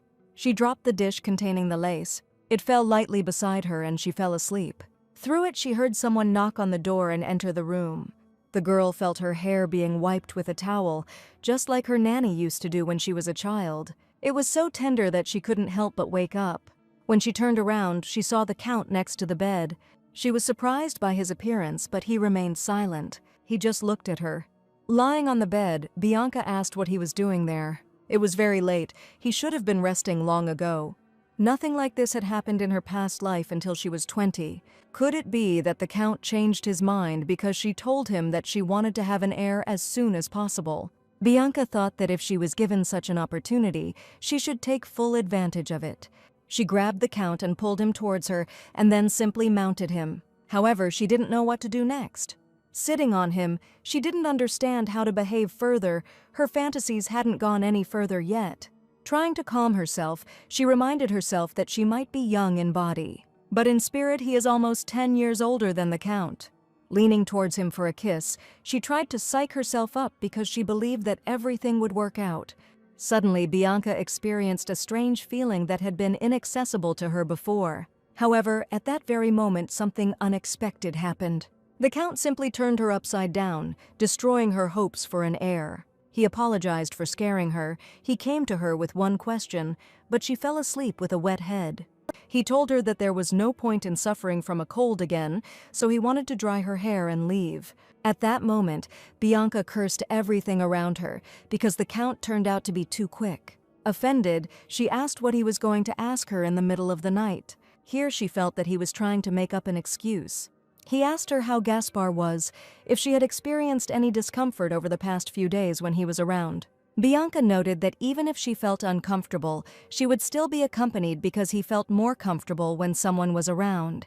Apart from the fact that Gaspar has a massive body with a very noticeable build, he takes good care of her. The Count asked again in a strange way, which meant he was looking after her well. Bianca looked at him in surprise and wondered why this was happening to him. He himself asked her opinion, and she answered that everything was fine. It was unclear why he put on such a displeased expression then, and anyway, her neck was already stiff from looking up at him. The Count was too tall when he looked like that. You had to lift your head even higher. Bianca turned to him and called him darling. It happened somehow automatically. She didn't even notice it. However, the Count was amazed he had never heard such an address from her before. He was shocked to the depths of his soul and could not hide it under his usual mask of composure. He asked who she was addressing like that. Bianca asked who else but him, then said that she just had one question for him. She patted the bed next to her and then asked if he could sit next to her. She felt uncomfortable talking with him standing over her. The Count again made his face inscrutable but still sat down on the bed. Bianca wondered if he was really going to sit there with his back turned to her, and why he had suddenly become so obedient. She said that perhaps Vincent had already told him everything, that she wanted to learn horse riding, and for that she needed his permission. Afraid that he would object, she said that her family was a line of knights. He was also a knight, and she had been told that sometimes ladies were taught horse riding. And since she is a warrior's wife, she should at least be able to ride a horse. The Count remarked that horse riding was a sport that required a lot of endurance and that it might be too hard for her, but Bianca was already angry again. She asked if he hadn't said that if she needed anything, she could just tell Vincent. Now she wanted to learn horse riding. She thought to herself that he was treating her like a child again. She then added that just because learning will be difficult doesn't mean it's impossible. The Count crossed his arms and said she was right. However, it is better to start learning to ride in early spring rather than in winter, because it is difficult to find a good pony in winter. After that, he asked if he could wait until he found a suitable animal. Bianca was surprised by such a quick victory and immediately agreed. After this, the Count said that she could tell Vincent that her training would begin in early spring. Bianca suddenly felt a sense of victory that she had managed to persuade the Count. She cried out that she was so happy, which again surprised her husband quite a bit. Her face literally broke into a smile. He hadn't seen her like this for a long time, or never at all. However, she immediately realized that she had unconsciously shown joy at her first victory. This will make him think she is acting like a child again. However, he had already turned away. Bianca was amazed that he was so upset by her smile that he didn't even want to look at it. If you think about it, that's true. The Count wasn't interested in her from the very beginning. To him, she was a little child who didn't even have a clue how to buy expensive things. So, of course, he doesn't care what she does. However, here the Count spoke up and announced that he had to go to the capital of Laos in late spring because of the engagement ceremony of Albert, the eldest son of the heir to the throne. Bianca lowered her eyes and understood that in her past life, everything was the same. In July of that same year, the Count was absent for a very long time. He continued by saying that this summer marks the 50th anniversary of His Majesty's accession to the throne, so events will be held frequently.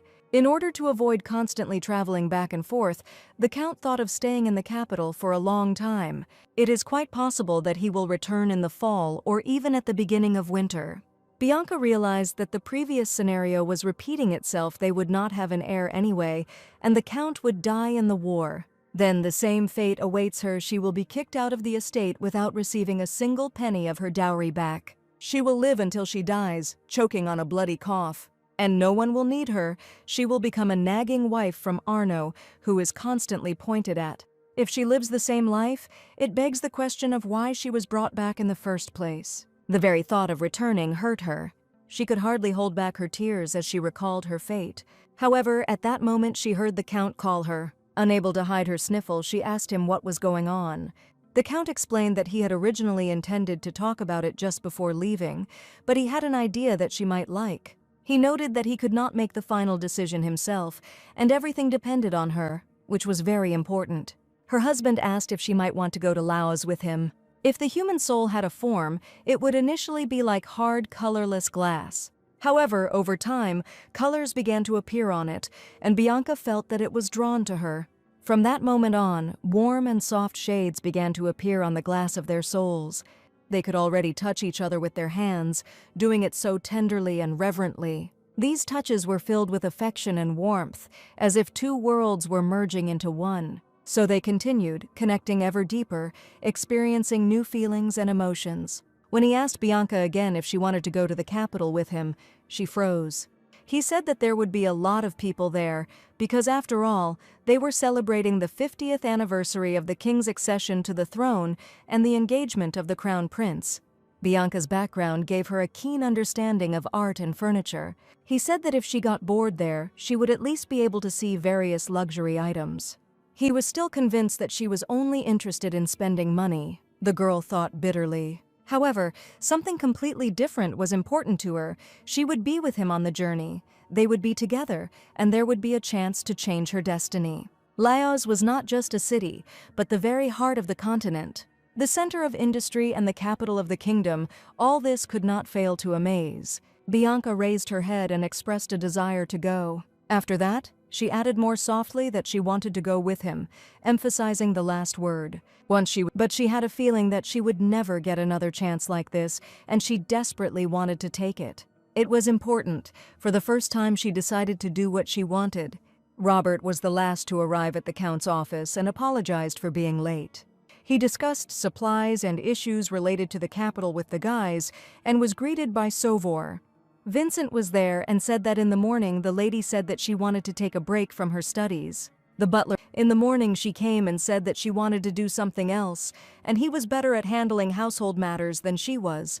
After that, she added that he is the best in this business, and that she doesn't even trust herself in this as much as he does. He didn't even dare to be upset. After all, the lady called him the best. Robert said she was hinting that she just didn't want to deal with all of this because it took a lot of time and energy, but Vincent said she had a lot of things to do before spring. The knight asked why exactly until spring, and Vincent replied that it was because she was going to Laos. She told him that she wanted to finish a lot of things before this trip. The knights were surprised that the lady decided to travel such a distance. After all, everyone was convinced that she was very capricious, and the trip could turn into hell for everyone. Robert was shocked. Did the lady really want to go to the capital? And Sovor said that Gaspar would apparently accompany her on the journey. The Count, turning away from them, continued to hold on to his thoughts. Sovor suddenly became thoughtful while eating delicious donuts. The Count said Bianca thought Gaspar was doing a great job, and that he would be with her as long as she wanted him to be. Here, Sovor raised his hand and declared that if a place became available next to the lady, he was ready to guard her. It was a genuine display of enthusiasm, which greatly embarrassed Robert. However, Sovor said that he was speaking seriously, since the lady seemed to him to be a beautiful lady, and he would like to be closer to her. Robert expressed doubt, but the Count also wondered why he wanted to get closer to Bianca. However, Sovor tried to get out of it by declaring that she was the head of the house when the master was absent. Because of this, a squabble began between the knights, while the lady calmly walked around the palace. The Count remembered how she had said that she wanted to go with him, emphasizing the last word. Then he just got out of bed without saying anything. But then he turned around and replied that he would prepare everything. Already on the way out, Bianca turned to him again, calling him darling. After that, she said that she was grateful to him, and added that she sincerely felt it. The Count was very surprised by such an impulse. He did not expect such behavior. But he wished her good night and simply walked out. And now I thought that when she thanked him, she did it sincerely. This kept. Several months passed. The cold season has ended, and spring has slowly begun to come into its own. It was getting warmer, and the days were becoming more eventful. Nicola went to the Countess. In his hands he held a chest with his latest works. He passed by the workers, who noticed that the lady had not been seen anywhere lately, although she had often walked around before. One said that the lady was probably sick. The other noted that she had first looked around and wanted to help, but realizing that there were too many worries, she decided to throw off this responsibility. Nicola heard them say that she was just making up an excuse, and there were also rumors that she and other women were getting together to make useless trinkets. However, according to them, women have never been able to do anything worthwhile. Nicola did not approve of this conversation and loudly became indignant, saying that they did not understand anything at all and should not chatter. The man rudely rejected him, calling him a little shepherd. He wanted to grab him by the collar but didn't have time. Nicola ran a fair distance away and simply stuck his tongue out at them.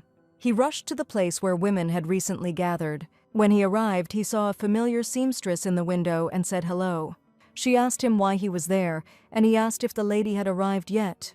The girl replied that she had not come yet.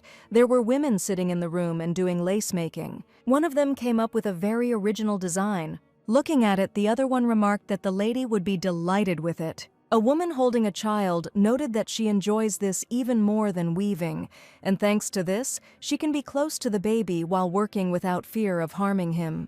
Another woman spoke about the timely payment for work from the lady, although at first she believed the rumors, but it was clear from Yvonne that the Countess cared about her people. She noted the gray squirrel fur coat that had once belonged to the mistress and was now in the possession of the maid. Moreover, the lady said that she would not leave her in debt if the girl could come up with something beautiful. The seamstress noticed the boy and asked why he was there. He replied that he had made a new candle and had tried to make the patterns more refined. He wanted to show it first to the lady, and then to the butler. The work turned out to be truly unique. All the girls were delighted and called the boy a genius. However, the girls did not know when she would come. At this time she was immersed in memories. It seemed as if she heard a voice calling her name. But it was not the Count's voice, but that of another person. This was the one she allowed herself to be close to. She reproached herself for this more than once. It seemed as if a voice was calling her, but she did not want to hear it. However, in her imagination the steps were getting closer, becoming very close. Then she turned around and asked who it was. A melodic voice said that it was he, the man of her life. There were difficult moments in her life, and Fernand appeared before her again. He was here again and he was too close. Bianca remembered how they were in her estate and began to cry. The memories changed. Her brother asked why his aunt was crying. Was it really because his sister was getting married? The aunt answered in the affirmative, noting that Bianca could marry the Duke, but would remain with the poor Baron. Outraged by the way her father had dealt with her fate, her aunt thought that he was wrong and unfair. The father turned to his daughter, saying that from now on, she was the lady of the house of Arnaud, and not Blanchefort. He emphasized that she must keep the hearth and home, protect her family, and live out her last day in the mansion. The Count added that she should never forget this. There would be no turning back, and no matter the circumstances, she would remain in the Arnaud family. When the Baron came for her, she realized that she could no longer go back. Zachary stated that he was taking responsibility for her life. He could not give her wealth and influence, but he promised to care for and cherish her. Bianca didn't know what to say and was afraid of this man. Rumors began to circulate about the Count having a mistress, and there were rumors that the mistress no longer allowed the Count to sleep in her bed, assuming that this was due to the mistress. Bianca heard the maids say that the mistress had married at a young age when she was not yet mature. They also said that she was too thin to bear children and called her a dependent, wondering how she dared to spend his money if she herself rejected him. Bianca thought then that everything that happened between them was just the fulfillment of obligations, and that he already had a loved one. Then Fernand appeared and declared that the Count's heart was indeed taken. This tempter said that the way out for her was to give herself to another, because the Count's heart could no longer be obtained. He promised to love her and fill her lonely and broken heart with his love. He assured that his great love would be enough for both of them. Bianca remembered trying to deny it. But when she was angry and furious, remembering the past, she asked him where he was when she was thrown out of Arnaud's house. Bianca screamed that she gave him everything, and he threw away her feelings like they were trash. When she had lost everything and needed him most, he left her. Fernand extended his hand to her and said that he had promised her love, not eternal love. He had consoled her when she needed it. She realized that he was right. Yes, he comforted her, and she no longer needed him. She thought that she was loved, that she herself loved someone, but it was a lie. There had never been true love between them, and now she understood that she had to remain under the Count's care, even if his heart and mind were already occupied with the image of another girl. She got love and comfort, the feelings she wanted, but she could have lost everything because of it. She crossed the line. At that moment, Bianca felt someone squeeze her hand. If she had known that she would lose everything, she would never have accepted Fernand. Bianca sat and still could not escape from the painful memories. At that moment, she heard her name being called. The Count leaned over her and asked if she was in pain. The girl looked up at him and wondered when he had managed to arrive. Looking at him, she realized that he was the only one who was always there, no matter what. Still, she couldn't get from him what she wanted most in the world. Bianca replied that she was not in pain and asked what he wanted. The husband replied that she would like to go for a walk with him. The day was sunny and beautiful. The walk should have cheered her up. However, the Count walked ahead, and she could barely keep up with him. Bianca felt as if she were behind him, as if behind a stone wall. He seemed to be showing off his long legs. They spent so little time together that they practically didn't know each other. For her, the Count was a man she always watched from afar. She was afraid to approach him, despite the fact that he was her husband. He was a tall man, and always seemed a little scary to her because of his taciturnity. She finally managed to catch up with him only because he stopped. Bianca asked if they were there yet, and he replied that they needed to go a little further. As soon as she asked why they had stopped, he began walking again. but now it's much slower. She thought that maybe he had finally realized that he needed to match her steps. Then she began to doubt whether she had understood him correctly, and then I thought that maybe he was out of breath himself. It was, of course, completely unbelievable. The Count, with his military endurance, could have covered much greater distances. At that moment, he raised his hand to show her something. She looked in the direction he was pointing, and I was struck to the depths of my soul. Thanks to the warmer weather, she could dress much lighter. She looked quite good now and was happy about it, but what she saw shocked her.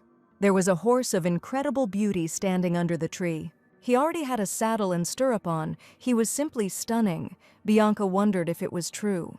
She looked at the Count and could not believe her eyes. He looked at her and said that this was his promise he made in the winter, after which he brought her closer. Bianca looked at the horse and wondered if she could touch it. After that, she hesitantly extended her hand towards the horse. What a blessing that the horse wasn't scared and didn't back away. Bianca thought she was so affectionate, it seemed like she wouldn't run away even without a leash. Smart girl. It was an incredible feeling. For the first time, she was given something so dear and valuable, someone else's life. She couldn't find the words to express what she was feeling right now. The Count, looking at her, said that he was very glad that she liked it. After that, he extended his arms as if trying to hug her. Bianca was completely confused. She didn't understand what was happening. All this time he was cold and seemingly indifferent. And then suddenly there appeared a tender embrace that she did not expect at all. As always, she made it up more. The husband easily bent down, grabbed her by the waist and lifted her up, after which he told her to try to ride a horse. Bianca was in shock. Even her father had never raised her like that as a child.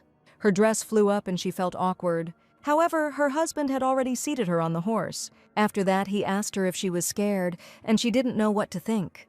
So she answered the first thing that came to her mind and realized that she was not afraid. Taking her hand, he said that from tomorrow he would begin teaching her to ride. Bianca replied that she was very grateful, but did not want to take up his time. She suggested asking Vincent to find her a teacher. The girl knew how busy he was. However, he looked at her and said that she was not taking up his time at all. He wants to teach her himself. It is his desire. He then added that he had failed to take proper care of her and had missed out on a lot of time that could have been spent together. And he said he regretted it. All this time he held her hands, and Bianca suddenly began to feel embarrassed. The Count noticed this and said that she had already mastered the horse. Therefore, she needs to hold on tightly to the leash, after which they can go to explore the territory. Then he asked if she would also go to the ladies today. She answered positively, and then he said that we needed to move in that direction. He led the horse by the bridle so that it could get used to the saddle. Bianca thought she remembered him as a large, stern man. Maybe it was because she always looked up to him. And now, when the angle changed, he even seemed a little vulnerable to her. Suddenly she felt that he was all hers, but she realized that she had now begun to indulge in dreams again. At that moment the Count turned to her and asked if he could ask her something. Then he asked a question she never expected to hear, why she no longer called him by the same name as before. Bianca didn't understand. She just didn't pay attention. He looked down and asked how much lace her craftswomen had embroidered. The girl wondered if he was really interested in that, although most likely Gaspar and Vincent had told him everything. She remarked to him that although the materials were quite cheap, the lace itself was expensive and valuable, and then she declared that it would conquer the whole world, and he would definitely see it. She had big plans for this case. The Count asked why she thought so. She couldn't say that she knew the future. That's why she said that it just seemed that way to her. But if everything goes as she expects, it will only be a big plus for them. The Count asked if she was perhaps still worried and afraid that he would not be able to earn large sums. After all, this is exactly how he spoke to his wife at the very beginning, saying that he had just received the title and was very poor. However, Bianca said she had no doubt about their worth after what she saw in the stables, where one horse cost as much as an entire mansion. She noted that she said this just like that, but in the future she wants to have solid ground under her feet. Bianca doesn't want to be just a daughter, wife, or mother, but rather a person who isn't dependent on just one relationship. She just wants to be herself, strong and independent. Her husband asked again if she wanted to gain strength and independence. He considered her way of thinking to be excellent, since it was suitable for the wife of a knight. Bianca was indignant and laughed, saying that she wasn't looking for compliments. She said this out loud and added that she wanted to have a son from him. The Count remarked that he did not want to have a child during the war and that she needed to strengthen her strength and not waste time. The husband noted that if their child was born, she would be remembered not as the girl who created lace, but as the mother of the future Count Arno. Bianca asked what was wrong with that, because a married girl should be thinking about her husband and heir, but she was left to be sad and worried because her other half was always on the front lines. Her husband was stunned by such revelations. He noticed that it must be difficult for her. He reminded that a lady could lose her life before, during, and after childbirth, and her husband, a knight, could die at any moment. Suddenly, Bianca remembered a story she had once overheard. There was a story of a young man who was the second son of the Viscount Vigue, who was driven from his home at the age of 16.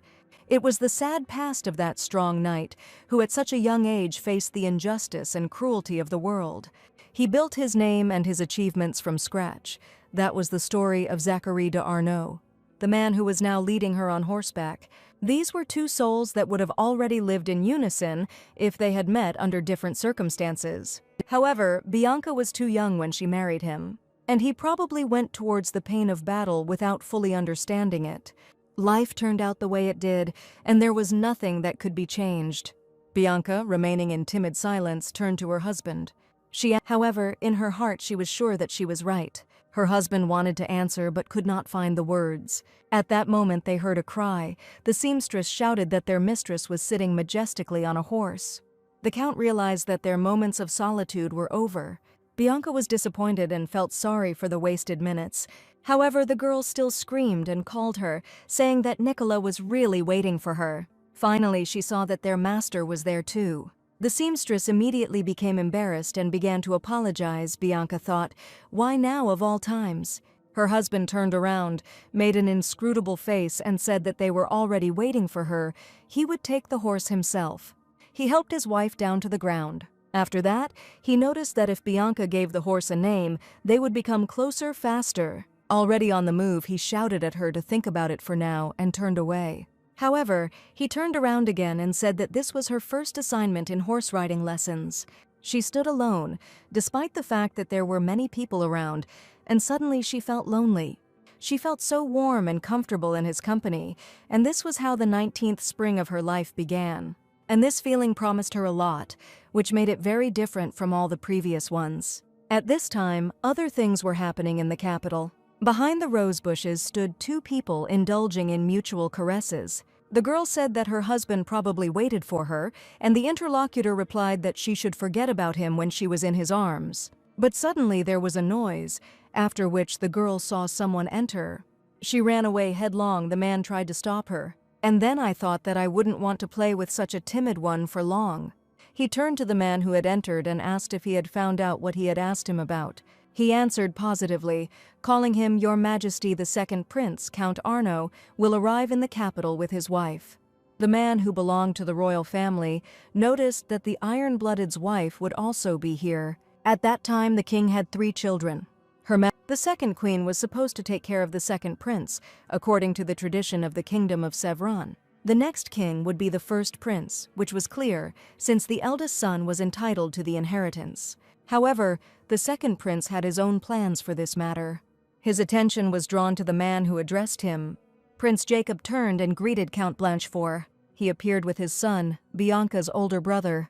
The count introduced his son, naming him Joachim. The second prince remarked that he had recently heard some interesting news. He said that Count Arno was going to come to the capital with his wife, who, if he remembered correctly, was the daughter of Count Blanchefort. That same 9-year-old girl whom he married off to an adult knight, is that true? The prince noticed that his mother was extremely worried that her relative's daughter would marry a baron she did not know. The count's son remarked that His Majesty was being too rude, but his father stopped him and said that it was quite natural that the second queen was worried. At this moment, that same baron has become Count Arno, the hero of their continent, and therefore no one will be able to oppose the country when His Highness the First Prince becomes king. The second prince merely chuckled and said that he was already looking forward to the day when he would have the chance to meet this hero in person. And if he's lucky, he'll even meet the countess. After which he turned around and, without saying goodbye, headed back to his place. The son tried to tell his father that the prince had insulted them as a family, even if they were from different factions, and asked if he didn't know how Count Arno had risked his life to repel Aragon's attacks and defend the lands. However, his father was now troubled by another thought. He turned to his son and told him to come home and write a letter, saying that upon their arrival he wanted to meet Bianca before anyone else. Joachim was shocked and asked if his father was serious. After all, then he would be able to meet Bianca for the first time in 10 years, since his father even forbade him to send and receive letters from her. Her father said that she was already 19 years old this year, and now she was most likely already living as a full-fledged wife. If she was anything like her mother, she had grown up to be a beautiful lady, but he hadn't seen Bianca at the time. All dirty, she got off her horse. Her maid asked if she was okay, but Bianca replied that her hips and buttocks hurt like crazy. She let go of the reins, unable to hold on to them any longer, and she could have even fallen if strong arms had not caught her. The Count, who was nearby, immediately drew his wife to him. Holding her in his arms, he said that her idea of taking up horse riding was very useful, and if she continued, her stamina would increase and her health would improve. After which he suggested saying goodbye to the horse, noting that it would be better to take it to the stable. But then, until she leaves for Laos, she won't be able to move a muscle without pain. Bianca reached out to Isabel, said goodbye, and said that she was heavy, but the horse had done a good job, after which Bianca turned to her husband. She said it was too heavy and she would rather walk on her own 2 feet. However, he hugged her tighter, despite the fact that those around them were watching them. He noticed that she wasn't heavy at all, and someone who only eats a few olives in the morning can't weigh much. Bianca noted that she simply had no appetite this morning, but who had already managed to report what she had for breakfast.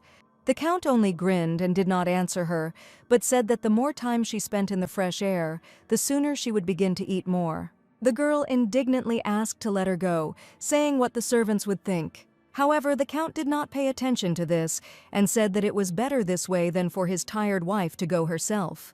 Bianca still couldn't get used to how stubborn he was. The Count chuckled and said that he shouldn't tell her about it. She could easily give him a head start. Thus, before the trip to Laos, the couple were able to spend more time together. But this was still not enough to make up for lost time. It took only enough time to realize that they were frowning at each other, not because they didn't love each other. The matter was completely different. The Count praised Bianca when she began to ride a horse well. He showed how to properly pull the reins in the right direction. She had almost learned to control the horse, but she noticed that her husband was thinking about something and asked him. He hesitated but answered anyway. The Count said he had already broached the subject, but would like to ask again why she had not called him dear lately. Bianca was surprised. She didn't pay attention to it. However, she remembered the first time she told him this when he was in her bedroom. The second time she addressed him in the same way was when he was leaving. Bianca was surprised. It was a long time ago, but he remembers and asks such questions without any emotion on his face. She just wanted to say wait then, but it came out as darling, so he simply misunderstood her. And were they close enough at that moment to call each other that? They were officially married, but their relationship was far from a real marriage. It was obvious that the Count was upset by this answer, but he answered briefly, but then he could not restrain himself and said that it seemed to him, because it was a hint that it was time to address each other in a special way. In response, Bianca said that now he was her riding teacher, and she was his student, and later they would discuss everything. The Count looked at her mysteriously, and she turned away importantly and asked him to wait a little longer, because she and Isabel would soon be able to surpass him and Noah. The Count laughed and wondered if she was really sure of that. Bianca looked and was surprised by his sincere smile. She realized that she saw her so rarely that each time it was like the sparkle of a diamond. At such moments he looked just like a child. He continued the conversation and said that he accepted the challenge. After that, he made a completely unexpected movement. He touched her nose with his finger. Then he said that he very much hoped that this day would come as soon as possible. And he noticed that the horse would stop if it pulled that hard. Their conversation was overheard by workers in the fields. They were surprised at how the Count and Countess were having fun. She laughed, not expecting him to touch her nose. Rumors were rife that the lady was doing something mysterious with the seamstresses, and there was talk of spending money on luxurious candles. At the same time, new small changes in the relationship between the Count and his wife began to appear, and a strange anticipation hung over the estate again. It was an expectation and hope for the imminent appearance of an heir, but at that time a letter arrived from Blanchefort to the addressee. The Count, having opened it, thought that this was the first letter from the Count, although no, it was already the second, the first he received during the preparations for the lady's wedding. The letter said that the father wanted to meet Bianca as soon as they arrived in Laos. The Count said that he himself would let Bianca know about this as soon as the time came, but for now the letter should be kept silent. It is important to remember that small mistakes can lead to big problems. The day before leaving for Laos, one of these happened. The lady swore and screamed, and Vincent tried to calm her down. Bianca was indignant and shouted why she only found out about this the day before leaving. Without stopping, she asked when Vincent was going to tell her everything. At that moment, the Count was rereading the letter he had received. In it, the father wrote that the capital's rumors said that he intended to visit Laos with the Countess. The Count was rather dry, but he said he looked forward to meeting them both there. The signature included the name of Count Georges de Blanchefort, and it was also stated that the letter was written by Joachim de Blanchefort. The letter asking to meet with the daughter was overly formal, apparently. The older brother is the same as the father. Count Blanchefort never asked how Bianca was doing. According to Vincent, Bianca never corresponded with him, and the Count wondered whether he should let her meet with the family that had forgotten about her for 9 years. They wouldn't have remembered her if it weren't for this trip. Looking out the window at the Countess, he thought that it had been a long time since he had had riding lessons, which is why he had not seen his wife with her hair tied up for a long time, although he liked to see her with loose curls better. Thus his thoughts drifted from important experiences to thoughts about his own wife. The day before leaving for Laos, the Arnaud Castle was busy preparing for departure. At some point, it was decided to leave 15 of the lady's boxes in order to lighten the luggage, to which she demonstratively expressed indignation that she had already taken so few things. However, she decided to take a closer look and asked if these were really all the Count's things, to which she received an affirmative answer. Bianca demanded an explanation and asked if their county was really that poor. Vincent replied that nothing of the sort was the case. Bianca thought that overall their things were not so bad and that the Count had many war horses, but why then was everything so modest?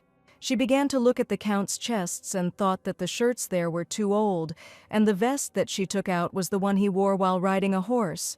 And what kind of low-quality fur was used? Vincent noticed that the Count was a very ordinary man and preferred to wear simple clothes, but Bianca complained that the clothes were not only simple, but also untidy. It was no accident that she took it upon herself to check his luggage, otherwise Vincent would not have told her that the Count's things looked like floor rags. In fact, they were of good quality, but they did not at all correspond to the lady's aesthetics. Bianca demanded to open the other chests to see what was inside.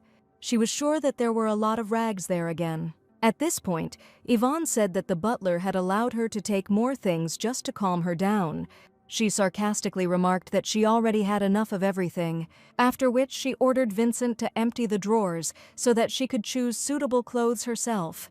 When she was satisfied with the result, Vincent heard that the lady was going to the capital to buy new clothes for her husband. The butler was shocked.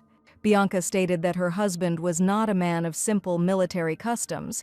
He should not look like a typical commoner, and how could she walk hand in hand with a villager? Without making such a statement, Vincent said that he agreed with it. At this time, the Count watched what was happening from the window of his office. He thought that Bianca had taken control of Vincent. He didn't know what was going on there, but he had never seen him so awkward before. However, he was surprised when another interlocutor joined them. It was Sauveur, but why was he there? The Count remembered how he had said that he wanted to get along with Bianca, and something had stabbed him in the chest. He became interested in what they were talking about now. It was impossible to hear through the window, but Bianca asked if Sauveur would really like to take the Count's things for himself. He noticed that she still wanted to throw them away, and decided that it would be better if she gave them to him. Bianca noticed that they had different body types. He said that he was bigger than Robert, and Gaspard was too tall, so his build was closer to the Count's. A former peasant, he couldn't afford to throw away the clothes, and eventually Bianca agreed to give them to him. He said that he would choose what he needed and take the things with him. Bianca thought that she was always so tired after talking to Sauveur. She decided to rest a little and then put her luggage in order, although there was nothing left to sort through. By chance, She didn't know how long he had been watching her and felt awkward. Lately, she saw him every day, but it was more pleasant to watch him from afar. But when she looked up again, she realized she had been looking too long. Despite the fact that they had been communicating for a long time, they rarely met each other's eyes. At that moment, it seemed to her that it had happened. However, he immediately disappeared from the window. The Count didn't even move away, he simply sat down. It was completely unexpected for him. He had not intended to look her in the eyes at all. And to him, as an adult man, spying on a girl seemed indecent. He was afraid that she might feel uneasy about his surveillance. When he first married Bianca, it was difficult to even get close to her. He didn't know how to communicate with his young wife, and the fact that he kept his distance only made the situation more difficult. But now they could calmly look into each other's eyes. Sometimes she even answered him with a smile. However, all of his nights could easily start a conversation with her, which made him feel a bit strange. He recalled how he was persuaded to marry by being told that the Count would guarantee personal success and national security, and so he could tolerate the criticism that came his way because of his marriage with a child. There was nothing wrong with the fact that the marriage was purely formal, but at some point it started to become a problem because feelings started to appear. He remembered the warmth of her touch, her hand. The Count remembered how she asked if he had been worried about her all this time. He had previously had reserved feelings for her because she had been dragged into adulthood too early, and now he hoped that he would no longer have to suffer because of the obligations she had been forced into against her will. The time had come to leave. The sun had barely risen, and everyone was packed and ready to set off. Bianca really wanted to talk to the Count, but he seemed to be very busy. He was giving out final instructions, and she was unable to express what was troubling her. After they made eye contact yesterday, she decided to wave to him. However, she didn't know if he saw it and wanted to ask him. But there was nowhere to go. I had to get into the carriage. Throughout the long, tiring journey, Bianca thought only about when she would be able to talk to the Count. Looking at the whole unreal situation that accompanied them, she didn't even think that everything could change. Fate was about to take a new turn that could turn her life upside down. However, now she could still enjoy the idyll she had created. She was seen off by people who respected her. She could enjoy the journey in comfort with maximum convenience. At the same time, the Count and the others set off on horseback. And, as always, the black wolf flag proudly fluttered above them. The Count gave the command to start the journey, and their road began. Several days passed since the departure of the lady and the Count. Vincent was carrying out his mistress's orders. He brought the seamstresses the golden linen thread they had asked for. Vincent was quite happy, so the seamstress asked what had happened. He replied that perhaps it was getting warmer, and that was why he felt better. The butler stated that he would not interfere with the girls continuing their work. Everyone laughed and said that it wasn't the good weather at all. He simply felt more comfortable since the lady had left, and there was no longer any reason to grumble about expenses. Although he actually liked the lady herself very much, otherwise he would have abandoned his duties long ago. Before, she just sat in her room and did luxurious things. And now the relationship with the Count has changed so much that it won't be long before there is an heir. And the girls received expensive threads. There were enough of them to create a lot of beautiful lace, for which the lady had great plans. Before leaving, she said that she would show all the lace they made at Loaz at the first opportunity, and after that, many nobles would send requests to Arno. In the meantime, they were to continue improving the patterns and finished lace, and Vincent would help them in everything. Bianca declared that from now on, they would not be seamstresses or weavers, but proud lace makers in Arno. The girls were surprised that she was so kind to them. She gave Nicola her last assignment. She said that she was going to visit the sanctuary and thank God for sending such talented craftsmen to Arno. The child was impressed by her words. They were like balm for the soul.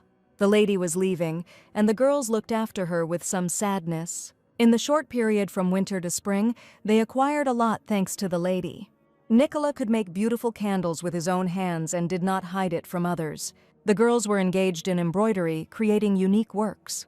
They hoped for the safe return of the lady who had invested in their talents and potential. The short road was rendered impassable by a landslide. Therefore, there was one road left that could be used by horses, but a carriage could not pass there. It would have to be pushed. The Count asked how long the tour would take and was told it would take about 2 weeks. The Count's wife, who accompanied him, was not, contrary to expectations, restricted by the travel conditions, so they did not have to worry about delays. However, there was a downside. The road through the destroyed area passed through the village where they planned to stop. It became clear that because of this they would have to spend the night in the open air, and the Count thought about what to do. There were few options, they had too much baggage. Therefore, it was necessary to spend the night on site and then go around. The Count decided to explain everything to his wife himself. At this moment, Bianca was already looking out of the carriage, wanting to stretch her legs. Gaspar offered her his hand, but Yvonne refused. Looking at them, Bianca thought that he had always been very persistent with Yvonne. So she decided to stop arguing and told the maid to get down from the carriage to straighten her clothes. In the end, all she could do was accept the outstretched hand. Gaspar held her carefully to make her more comfortable. However, Bianca noticed a slight blush on his face.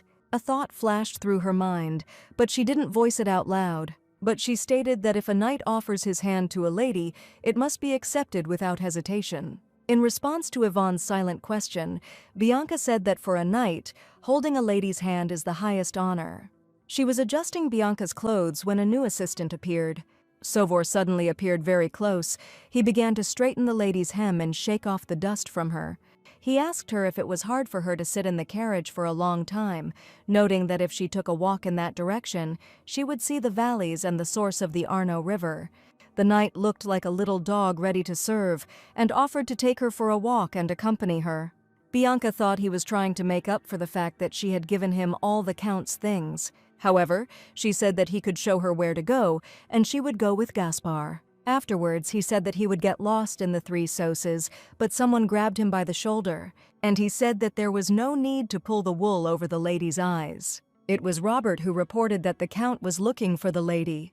At that moment, orders were being given everywhere. Horses were being taken away somewhere. Bianca was surprised by such a fuss, because they had stopped, as she thought, for a short rest. Robert asked if she was tired because she had been driving all day and might get carsick. He noted that there was still a long way to go, and therefore there was no need to hide it if she felt unwell. She felt like he was always interfering in her affairs and treating her badly, even though he looked like a girl himself. In general, he reminded me of Vincent, who just wanted to moo and grumble. Bianca thought he was implying that if she waited, she would simply faint and cause trouble. So she said sharply that he apparently didn't know her well, that she was far from being delicate enough to collapse from a simple sneeze, but that a journey in a carriage could be survived. Robert looked at her in surprise because he expected her whims. At that moment, the Count approached and turned to his wife. Bianca hadn't seen or heard from him for a long time, and she felt how much she missed him. He invited her to go for a walk to discuss something important, and he extended his hand to her, but she stood motionless as a stone. She thought that perhaps it was because they had not spoken for a long time that she felt a sense of joy at seeing him again. She extended her hand to him and thought that, looking at him, her heart was fluttering. For some reason, his heart was beating constantly without stopping. It seemed very strange. They reached the source of the Arno River, and it looked simply magical. It was the same river that flowed in front of the mansion. The Count decided to tell his wife how short this distance was. He looked at the falling petal and said that it would float to the castle in just half a day. Even the fastest horse will cover this distance in about 2 days. It was quite romantic. The beauty of this place strengthened hope. Bianca thought and said out loud that apparently this was the place Sovor wanted to show her she was missing out on so much by sitting in the mansion all the time. The Count noticed that he and Sovor had become friends recently. Bianca looked up and decided it was too much. She said that it would be too much to consider him a friend. He just wants to thank her. After that, putting her finger to her cheek, she suddenly thought and understood. Looking at the Count's face, it was clear that jealousy was awakening in him. She looked at him and simply said that he had no reason to do this. He looked at her and a sparkle appeared in his eyes. Afterwards, he stated that he would not be jealous. Bianca looked at him and wondered if he had really acknowledged this feeling. He offered her his arm again and said that it was time for them to go. For her, this gesture has already become so habitual, offering her hand to her husband. However, they did not hold hands to match their status as knight and lady. They did it because they could be closer. At the moment, it was the only gesture available to them. However, the Count's heart was restless. The words he was about to say to her could once again build up the wall between them that they had been so diligently tearing down lately. But Bianca noticed his confusion. She turned to him and asked what he was thinking about. He replied that he had 2 pieces of news.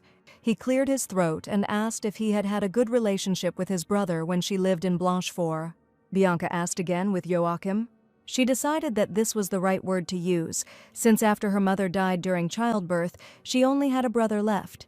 He always had a beaming smile on his face, and they were always fooling around together. He carried her on his shoulder, but he was always too cunning for a child. He got this from his father. Bianca thought so, but he hadn't even sent her a message for 10 years. She was too young then, but her brother always shared everything with her, except one thing. There was only one thing he couldn't give. It was a chocolate cake. They always gave her a small piece, but she wanted to eat more. She always wanted to take his portion, but it never worked out. He always teased her. One day she finally succeeded. She remembered how she ate that cake in a flash because she was afraid that it would be taken away. However, the cake was just a bribe. She remembered this day so well because it was then that they told her about her future wedding with the Baron. Her father did not prepare her in any way, and even the word wedding was unfamiliar to her then. So she just kept listening. She didn't know what exactly was behind it before the wedding, and she would have refused it immediately, even if she had to be capricious. But she had already taken the Count by the hand and followed him. At that moment, she had no idea that she would not be able to return to Blanchefort. Bianca suddenly felt sad. She hadn't given free rein to her memories for a long time. Bianca lowered her head, and the Count asked if everything was all right. He said that she seemed tired, and she nodded in agreement. Memories began to emerge of her father leading the fight against the Aragonese invasion on behalf of his son-in-law and lord. Back then, Bianca was just a bargaining chip for him. And she never saw them again. This is where the story of the Blanchefort family ended. They were defeated. Both died on the battlefield. She felt sick because she knew her imminent future, a future where no one will be around anymore. All her loved ones will die, even the Count. Even though she had no feelings for him in the past, they began to appear in the present. The husband brushed the hair from his wife's face and said that he was leading her to the fact that a letter had arrived from his father, and they wanted to meet. Bianca looked up and couldn't believe his words. The Count misunderstood this and said that if she didn't want to, she had the right to refuse. She realized that he really cared about her. How could she not notice his kindness in his past life? On some sudden instinct, she reached out and ran her fingers across his cheek. After that, she thanked him tenderly. She touched his lips lightly, causing his heart to flutter. However, she immediately removed her hand, remembering her past failure. The Count himself leaned over her, trying not to drown in the feelings that overwhelmed him. His heart beat wildly as he sank down after her hand. He ran his finger over her lips, and Bianca's heart almost jumped out from the overwhelming feeling. As he leaned over her, she wondered if he wanted to kiss her, and why so suddenly, although she had nothing against it. It was their first kiss since returning to the past, and she thought that maybe she shouldn't rush into it, but other than that there wouldn't be any more chances, and she offered her lips to him. At that moment, Yvonne opened the carriage, asking when they would return. She then added that she had been told that they would stay overnight immediately, and that Gaspar was to bring her the skin. However, she froze mid-sentence, starting to ask for forgiveness when she saw the flushed faces of the Count and Countess. Bianca immediately began to say that this was not what she thought, and asked the Count if this was the second piece of news he wanted to tell her, that they were staying there for the night. He asked her for forgiveness and said that he tried to avoid the situation so that she would sleep in the carriage. He had no other option, and she had every right to be angry. Bianca simply asked where he was going to sleep. Then she suggested that he really intended to sleep in her carriage, and he was taken aback. The Count suddenly blushed and even began to stutter, saying what people would think if they slept in the same carriage. Then Bianca thought to herself that they were already married, and it would be quite logical if they slept in the same carriage. He said it would be more convenient for him to sleep on the ground and for her to sleep here, so they wouldn't arouse suspicion. Bianca added that they could both sleep together, and that Yvonne and Gaspar could fit in too. The maid remarked that this would already be strange, and the Count replied that he had decided to sleep outside. Bianca would remain in the carriage, settling in with the maid. After that he turned, his face illuminated by the setting sun, and said he would continue the conversation later. The maid bowed to the Count as he left. still worried that she had disturbed such an intimate moment. However, the second piece of news concerned something else. The Count did not say that he wanted to talk to her about her reunification with her family, but because of the trembling of his hearts he could not do it, he simply forgot. They were unable to complete this conversation for the rest of the trip. 10 days have already passed since leaving the estate initially. It was planned to arrive a few days earlier. Eventually, they arrived in Laos, the capital of a country where great changes were taking place. This city held its position between Aragon and Castilla for 100 years. A pattern of red roses entwined with golden thorns, embroidered like sunbeams, adorned the flag of the Severin family. The flag was located on a fortress as high as a huge snowy mountain. Having arrived at the gates, the Count ordered them to be opened. After this, it was reported that he had arrived in the city by order of His Majesty the King. The huge gates began to descend. Bianca heard it said that it depicted a black wolf pattern, the symbol of the Arnaud family. He was respected and loved. He was a hero of the country. He was greeted so loudly that Bianca felt proud. People shouted, "Long live the furious Count." They were very hospitable to those who were always in the vanguard of the troops against Aragon. The residents truly loved this hero, who was always in a hurry to go on campaign. Bianca looked where Yvonne pointed. Even when we were already on Laos territory, it took a long time to get to the residence, which resembled a huge mountain. Therefore, there was a very long time left before the vacation. But everything comes to an end someday. Finally, the road came to an end when the sun was at its zenith. Bianca was shocked that this road had finally ended. Gras waited for her to leave the carriage. He said that the king was now in Princess Audrey's garden. Then he remarked that it was a private reception and the atmosphere would be relaxed, so she shouldn't worry. However, for his wife, this was her first outing, and she couldn't help but feel nervous. Bianca said she wanted to be calm, but she couldn't. It's not every day that you get to see the king. The Count, as always sensing her excitement, touched her hand. His touch always lit a light in her eyes. She loved it when he touched her like that. He asked if maybe he should go alone. Bianca smiled and said that everything was fine, she could handle it, he was next to her. Then he took her hand more tightly and asked her to go. The Laos Gardens were renowned for their diversity of native plants from across the continent. At that time, Princess Audrey and the Queen had their own gardens, and the king was especially fond of his daughter. The fact that he decided to meet the Count in the princess's garden signified a great deal of trust in him. Entering, the brother greeted him. The king greeted him, noticing that he had been eagerly awaiting him. Count Arnaud remarked that he was glad to see him in good health. The king asked who the beautiful lady was next to him. Bianca bowed and introduced herself.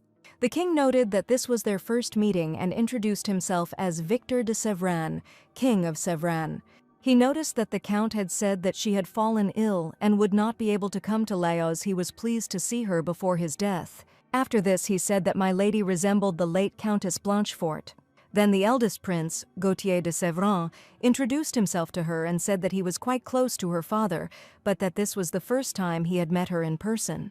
Showing the bouquet in his hand, he said that he would have given it to her if the roses had not been picked by the princess for his wife.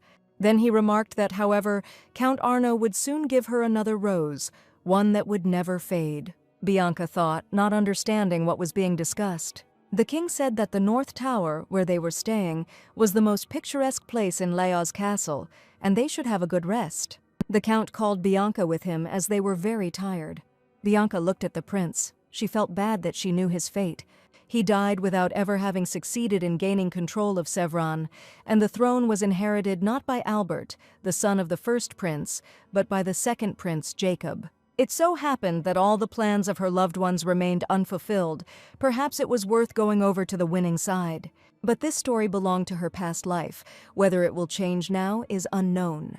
Her family and Arnaud supported the first prince, but at this rate, the destruction of family relationships seemed to be a foregone conclusion. She was lost in thought and didn't notice how she bumped into someone. Already feeling that she was falling, she realized that someone was holding her. But it wasn't her husband. Someone asked if she was okay. After that, he looked at her and said that he was asking for forgiveness. He was in a hurry. Bianca said it was okay, that she had turned sharply, but the man was too close to her. He leaned towards her and asked what family the beautiful lady came from. At that moment, they heard someone call Bianca's name. She immediately moved away from the man, explaining that her husband was walking too close. After this, she angrily yelled at him, adding that if she had been distracted for a second and got lost, and even in an unfamiliar place. The Count asked her forgiveness in a reserved manner and extended his hand to her. He said that now he will not let her go. Then he looked at their interlocutor. His look was quite menacing. He smiled, showing all 32 teeth, and said, "Could this really be Countess Arno?" Everyone in the castle was asking about the Count's arrival, and he just wanted to see them. Arno turned to his wife and asked the second prince for forgiveness, saying that his wife had made a mistake. Bianca looked and thought, so this is what he is like, the second prince. The one who will get power, she thought, not only in Sevran, but throughout the continent. She instinctively pressed herself closer to her husband. After this, the prince introduced himself and said that he welcomed them to Loaz. He then asked Bianca if she knew that her mother was his mother's niece. Then he added that he was glad to meet his distant relative. He noted that he knew that his mother from Sevran was related to her, but Blanchefort never spoke about it and did not maintain relations with the royal family. Bianca thanked him for his concern and said that the fact that she was of royal blood did not surprise her all that much. Besides, she's not a member of the royal family, and there's nothing special about that. The Count realized that his wife was saying too much now. He pulled Bianca back and looked meaningfully into her eyes. Then she immediately asked for forgiveness, but the prince said that he himself asked for forgiveness if he had insulted her. Apparently he had crossed the line. The second prince noticed that she gave the impression of being a sincere person, so he asked her not to hide her feelings and to communicate with him as honestly as she did now. He then said that if anything bothered her during her stay in Laos, she could contact him. Bianca felt uncomfortable under his gaze. He stared so obsessively, not paying attention to the fact that she was a married woman. This was in principle unacceptable. So she decided to reach out to her husband and said that she was very tired. After that, she asked him to come back and called him darling. The husband was surprised. She hadn't called him that for a long time. And the second prince looked at them with interest. There was something dissolute and evil in his eyes. So Bianca decided to simply turn away and hide in her husband's chest. He asked the prince for forgiveness and said that they needed to leave. He added that his wife was very tired after the long journey, so they would go. Looking at them, the prince only grinned. After that, he said that he had no objection. Count Arno thanked him politely. After that, he helped his wife turn around and headed towards the restrooms. However, the prince continued to look in their direction for a long time. Her husband noticed that she could call him dear in such situations. She noticed that he became sharper with his tongue. The Count remarked that no matter the circumstances, she should not visit the prince's second son, even if he was not around. She replied that he should not worry. She was the daughter of Count Blanchefort and the wife of Arno, who had married to help the first prince. But she remembered that she had briefly thought about supporting the second prince, and the Count had said that he was just worried.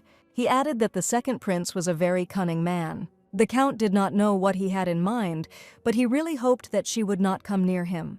Bianca remembered how many scandals there had been around the second prince, and it was hard to disagree with that. The biggest scandal arose from his secret collusion with Aragon, an enemy country, in a war that lasted 20 years. The truth that the Argon invasion was a staged act orchestrated by Jacob only emerged after the second prince had completely destroyed Sevran's sovereignty. He became king and married the Princess of Aragon to strengthen the alliance with that country. This has become an important element of domestic policy. However, Bianca was in the monastery at the time and overheard a conversation between two girls. They talked about a woman who cheated on her husband. Because of her husband's busy schedule, she was unable to cope with loneliness. The busier a man is, the more modest a wife should be and protect her body and mind. However, it turned out to be untrue, and Bianca thought that it was about her. But then they talked about Jacob's wife, the Princess of Aragon, who shared her loneliness with the guard, like Bianca. Bianca then fell in love with Fernand, and the Princess of Aragon betrayed the country by betraying her husband. Aragon was forced to answer every demand of Jacob, and in the end the entire country had to be handed over. When Fernand was leaving Bianca, a memorable conversation took place. At that moment, when she tried to reach out to him, he said it was time to end it. He had no need to be with her anymore. She asked again, so it was not love but need. He replied that it was necessary, but after her husband's death, Fernand simply abandoned her. She was left alone. Arno was the birthplace of Zachary, which was in the hands of Viscount Hugo. Bianca wondered if anyone had ever insulted Fernand or the guard, but she and the Princess of Aragon had even lost their names. At that moment, Bianca felt her husband press her to him. He said that he called her, but she did not answer because she was thinking about the past. Then she realized that she couldn't tell him about it and said that she was thinking about his clothes, and it was good that she decided to sort them out after all. She suddenly added that her husband was taller and more handsome than the second prince. It hurt her to think that someone was treating him arrogantly and that he was hiding himself in vain behind bad clothes. He just smirked in response. After that, he said that people always tell him that he is tall, but this is the first time he has heard that about his appearance. Bianca looked at him and said that the women he knew must have just been embarrassed or had something wrong with their eyes. The Count wanted to remain silent, but still asked why she was talking about women who did not exist.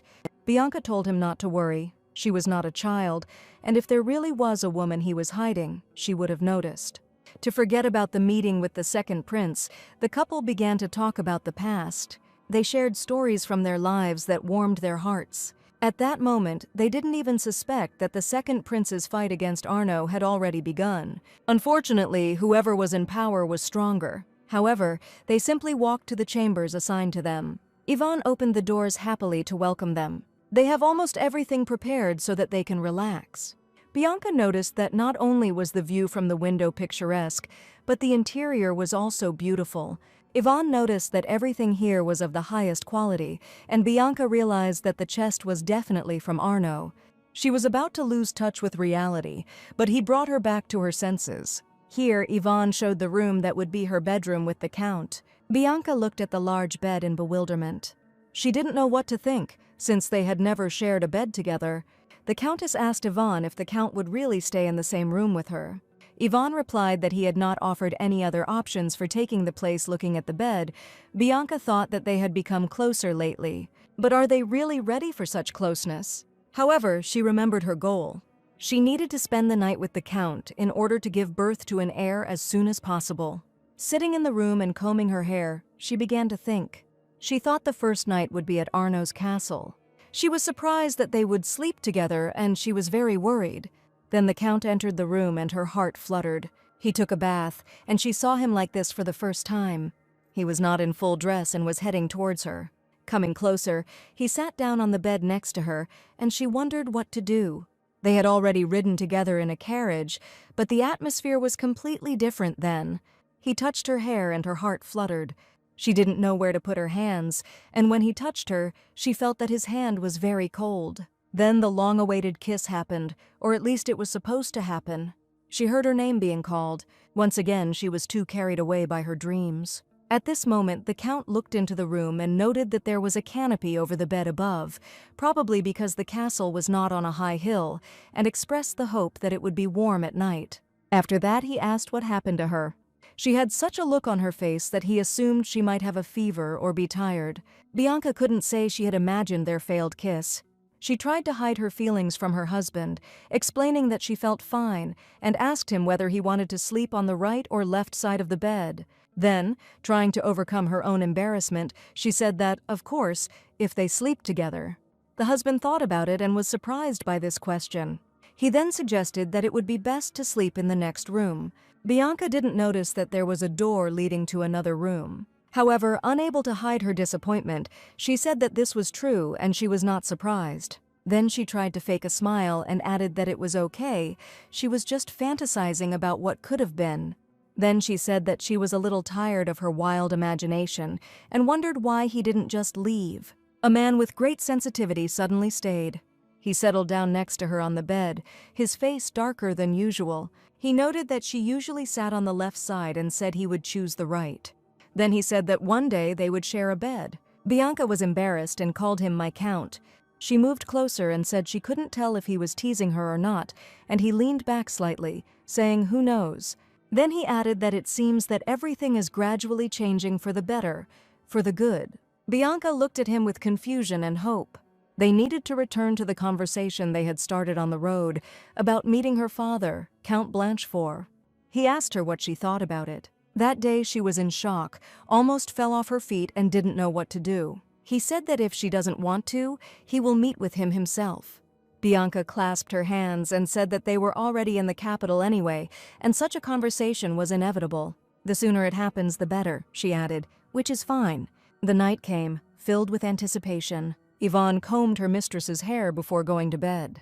She did her best to prepare her for the night. At that moment, Bianca was thinking about the upcoming meeting with her father and brother, about preparing new clothes, since she belonged to a count's family and not to a baron's, as at the time of the wedding, and had to correspond to her status.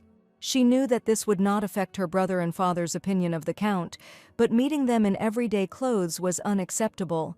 She needed to show in any way that she was living better than before and than most others. Yvonne silently joined in and supported the lady, realizing that she had a lot to think about. At this, Yvonne assured that the lady should not worry, as in the morning she would go in search of the most famous seamstress in the capital. The lady supported this idea and thanked the maid. In general, the Countess was never talkative, but at this moment she was very worried about meeting her family, and she kept up the conversation until she went to bed. 9 years passed, and the Countess became a caring and mature woman. However, when it came to the Blanchefort family, she remained the same innocent girl. Morning came, and nothing unexpected happened during the night. If it weren't for the excitement of meeting her family, Bianca would have been worried about not being able to persuade her husband to share her bed. However, at this moment, important events were unfolding in another part of the city. Early in the morning, an envoy from Arnaud hurried to the Blanchefort residence in the center of L'Oise. He delivered the letter from the Count while Bianca's father was drinking tea. The Count heard hurried steps, which excited him. The son burst into the room, asked if his father had slept well, and reported that he had heard the butler talking about receiving a reply from Arnaud. However, the letter was still unopened. The son noted that they had arrived in Laos yesterday, which might be why the letter was delayed, but the Count remarked that if it had been sent before leaving Arnaud, it would have arrived by now. His son said that was even better, and the Count, after reading the letter, said that the meeting with Bianca would take place in 2 days. At that moment, the butler entered and apologized for the disturbance. He reported that a guest had appeared in the reception room. The father was surprised who could come at such an early hour. On the table stood a framed photograph of his daughter in a wedding dress. The second prince of the country, Jacob, looked at this picture. He also saw portraits of the Count, his wife and daughter. Later, he noticed the paintings created after the Countess's death, but the photograph of his daughter attracted him most of all. He was thinking about his plans, and he chose the right words, and he only pretended to stand and study these images. Entering the hall, Count Blanchefort greeted the prince. He understood that this meeting did not bode well. Nevertheless, Prince Jacob greeted the Count joyfully, stating that he had decided to stop by during his walk because he happened to be nearby.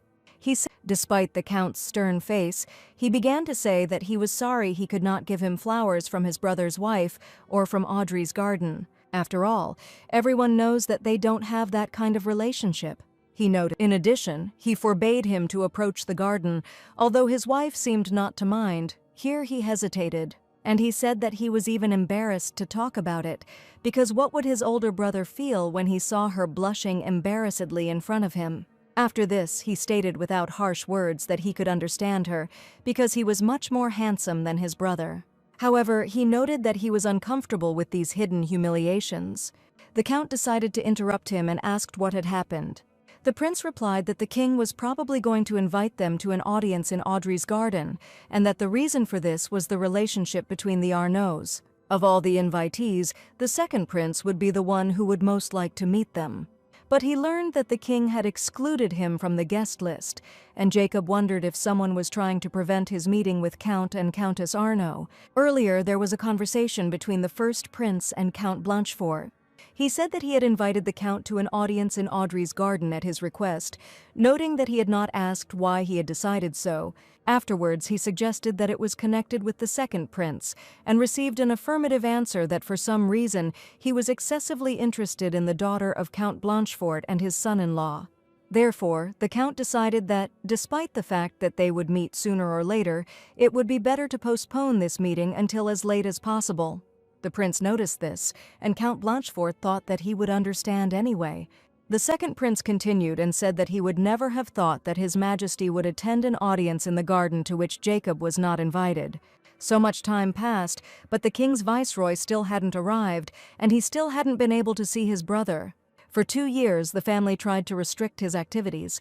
Having shredded the rose he was fiddling with in his hand, the prince declared that he would like to leave the city, relax, and have a drink. However, if he leaves, he will definitely not cross paths with the Arnauds. The count lowered his eyes, because that was exactly what he wanted. The prince continued his speech and said that he did not know who was making fun of him. As he plucked the last rose petal, he added that the man walking against him had missed one important thing.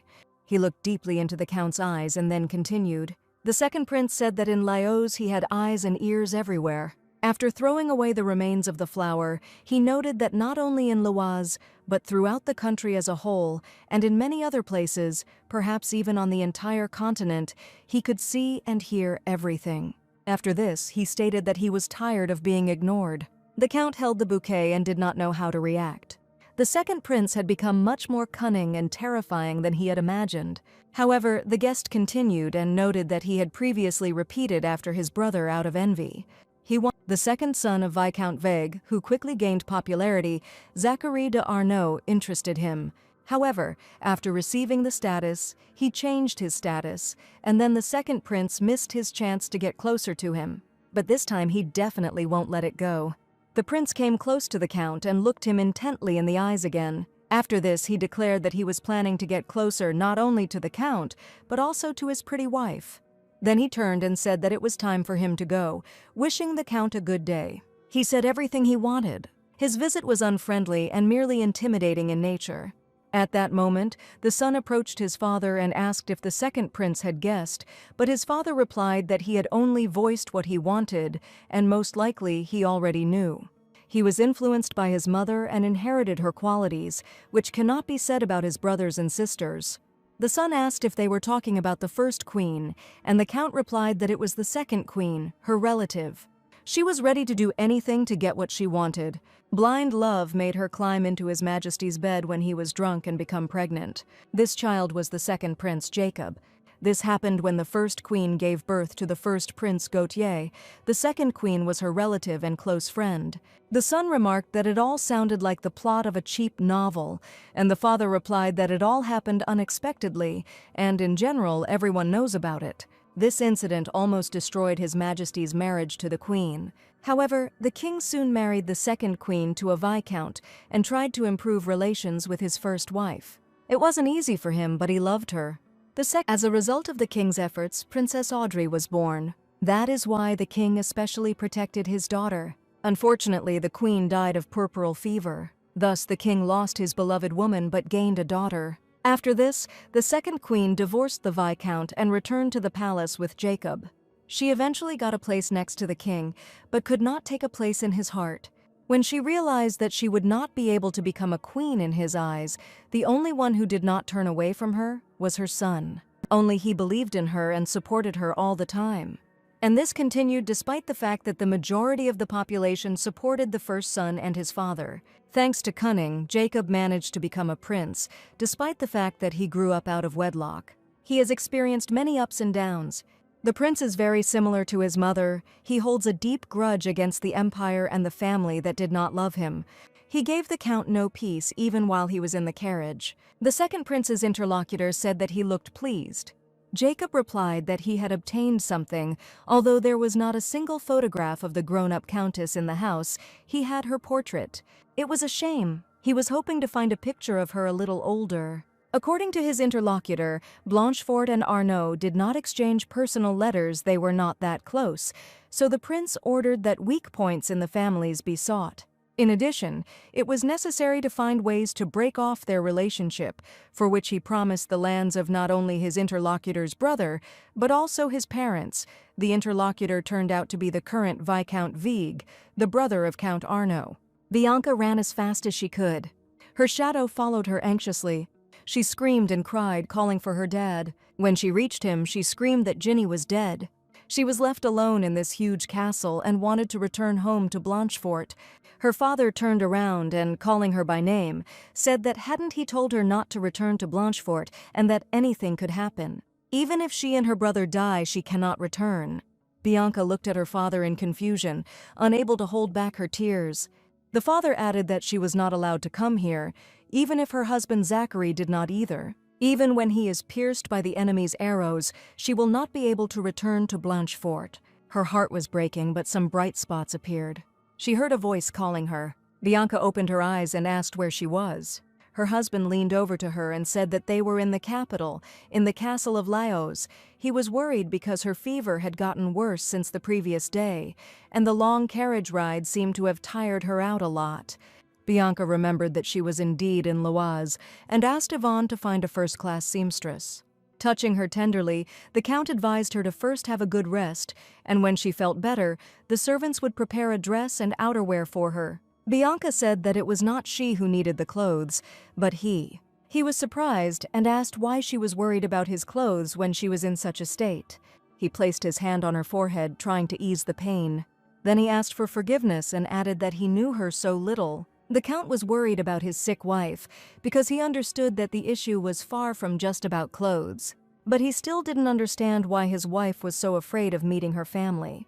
Since last winter, they have started spending much more time together, but it is impossible to make up for 9 years of estrangement in a couple of months. The Count regretted that he had been so cold to Bianca in the past. When she said that now she would hide them and everything would become unnoticeable. The Count asked anxiously if everything was okay, as she still had a temperature and could postpone the meeting with her family until she had had a good rest. He noted that the engagement event was coming up very soon, and everyone would be busy, so there was no need to worry. She told him he shouldn't worry about her, but he noticed that her face was very pale. Bianca turned to the maid and asked her to add some blush to her cheeks. The Count extended his hand and said that he would do it himself. He smeared rouge on her skin, trying to pick up as much color as possible. After that, he stroked Bianca's face and asked if he was doing the right thing. It was a very sweet scene, but Bianca felt strange.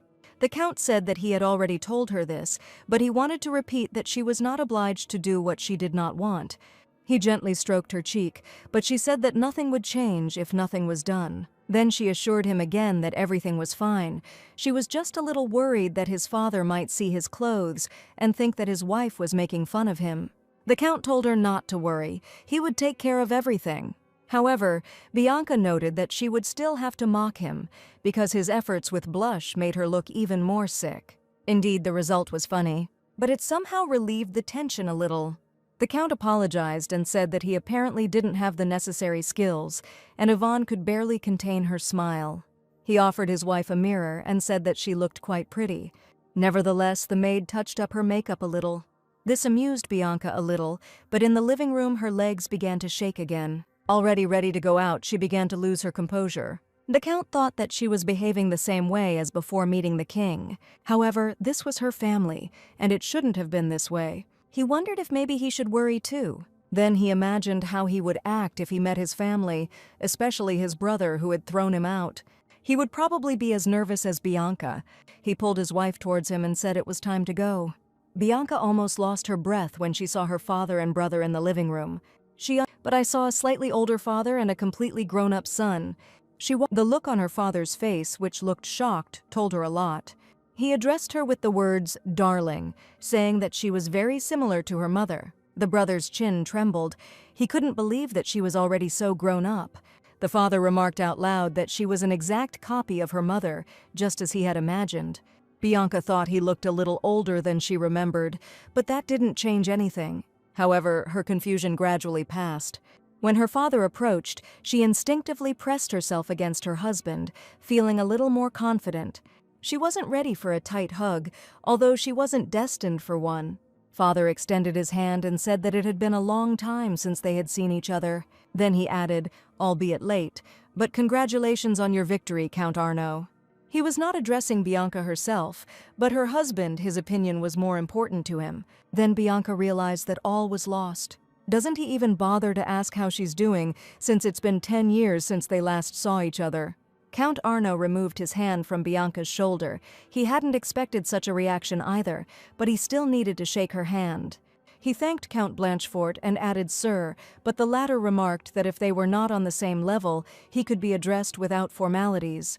After that, he said that he heard that His Majesty invited him to Princess Audrey's garden, which means the king values him very much. After this, he expressed on the clothes that Count Arno would continue to work in the name of Sevran, and Bianca could barely hold back her tears, clenching her fingers.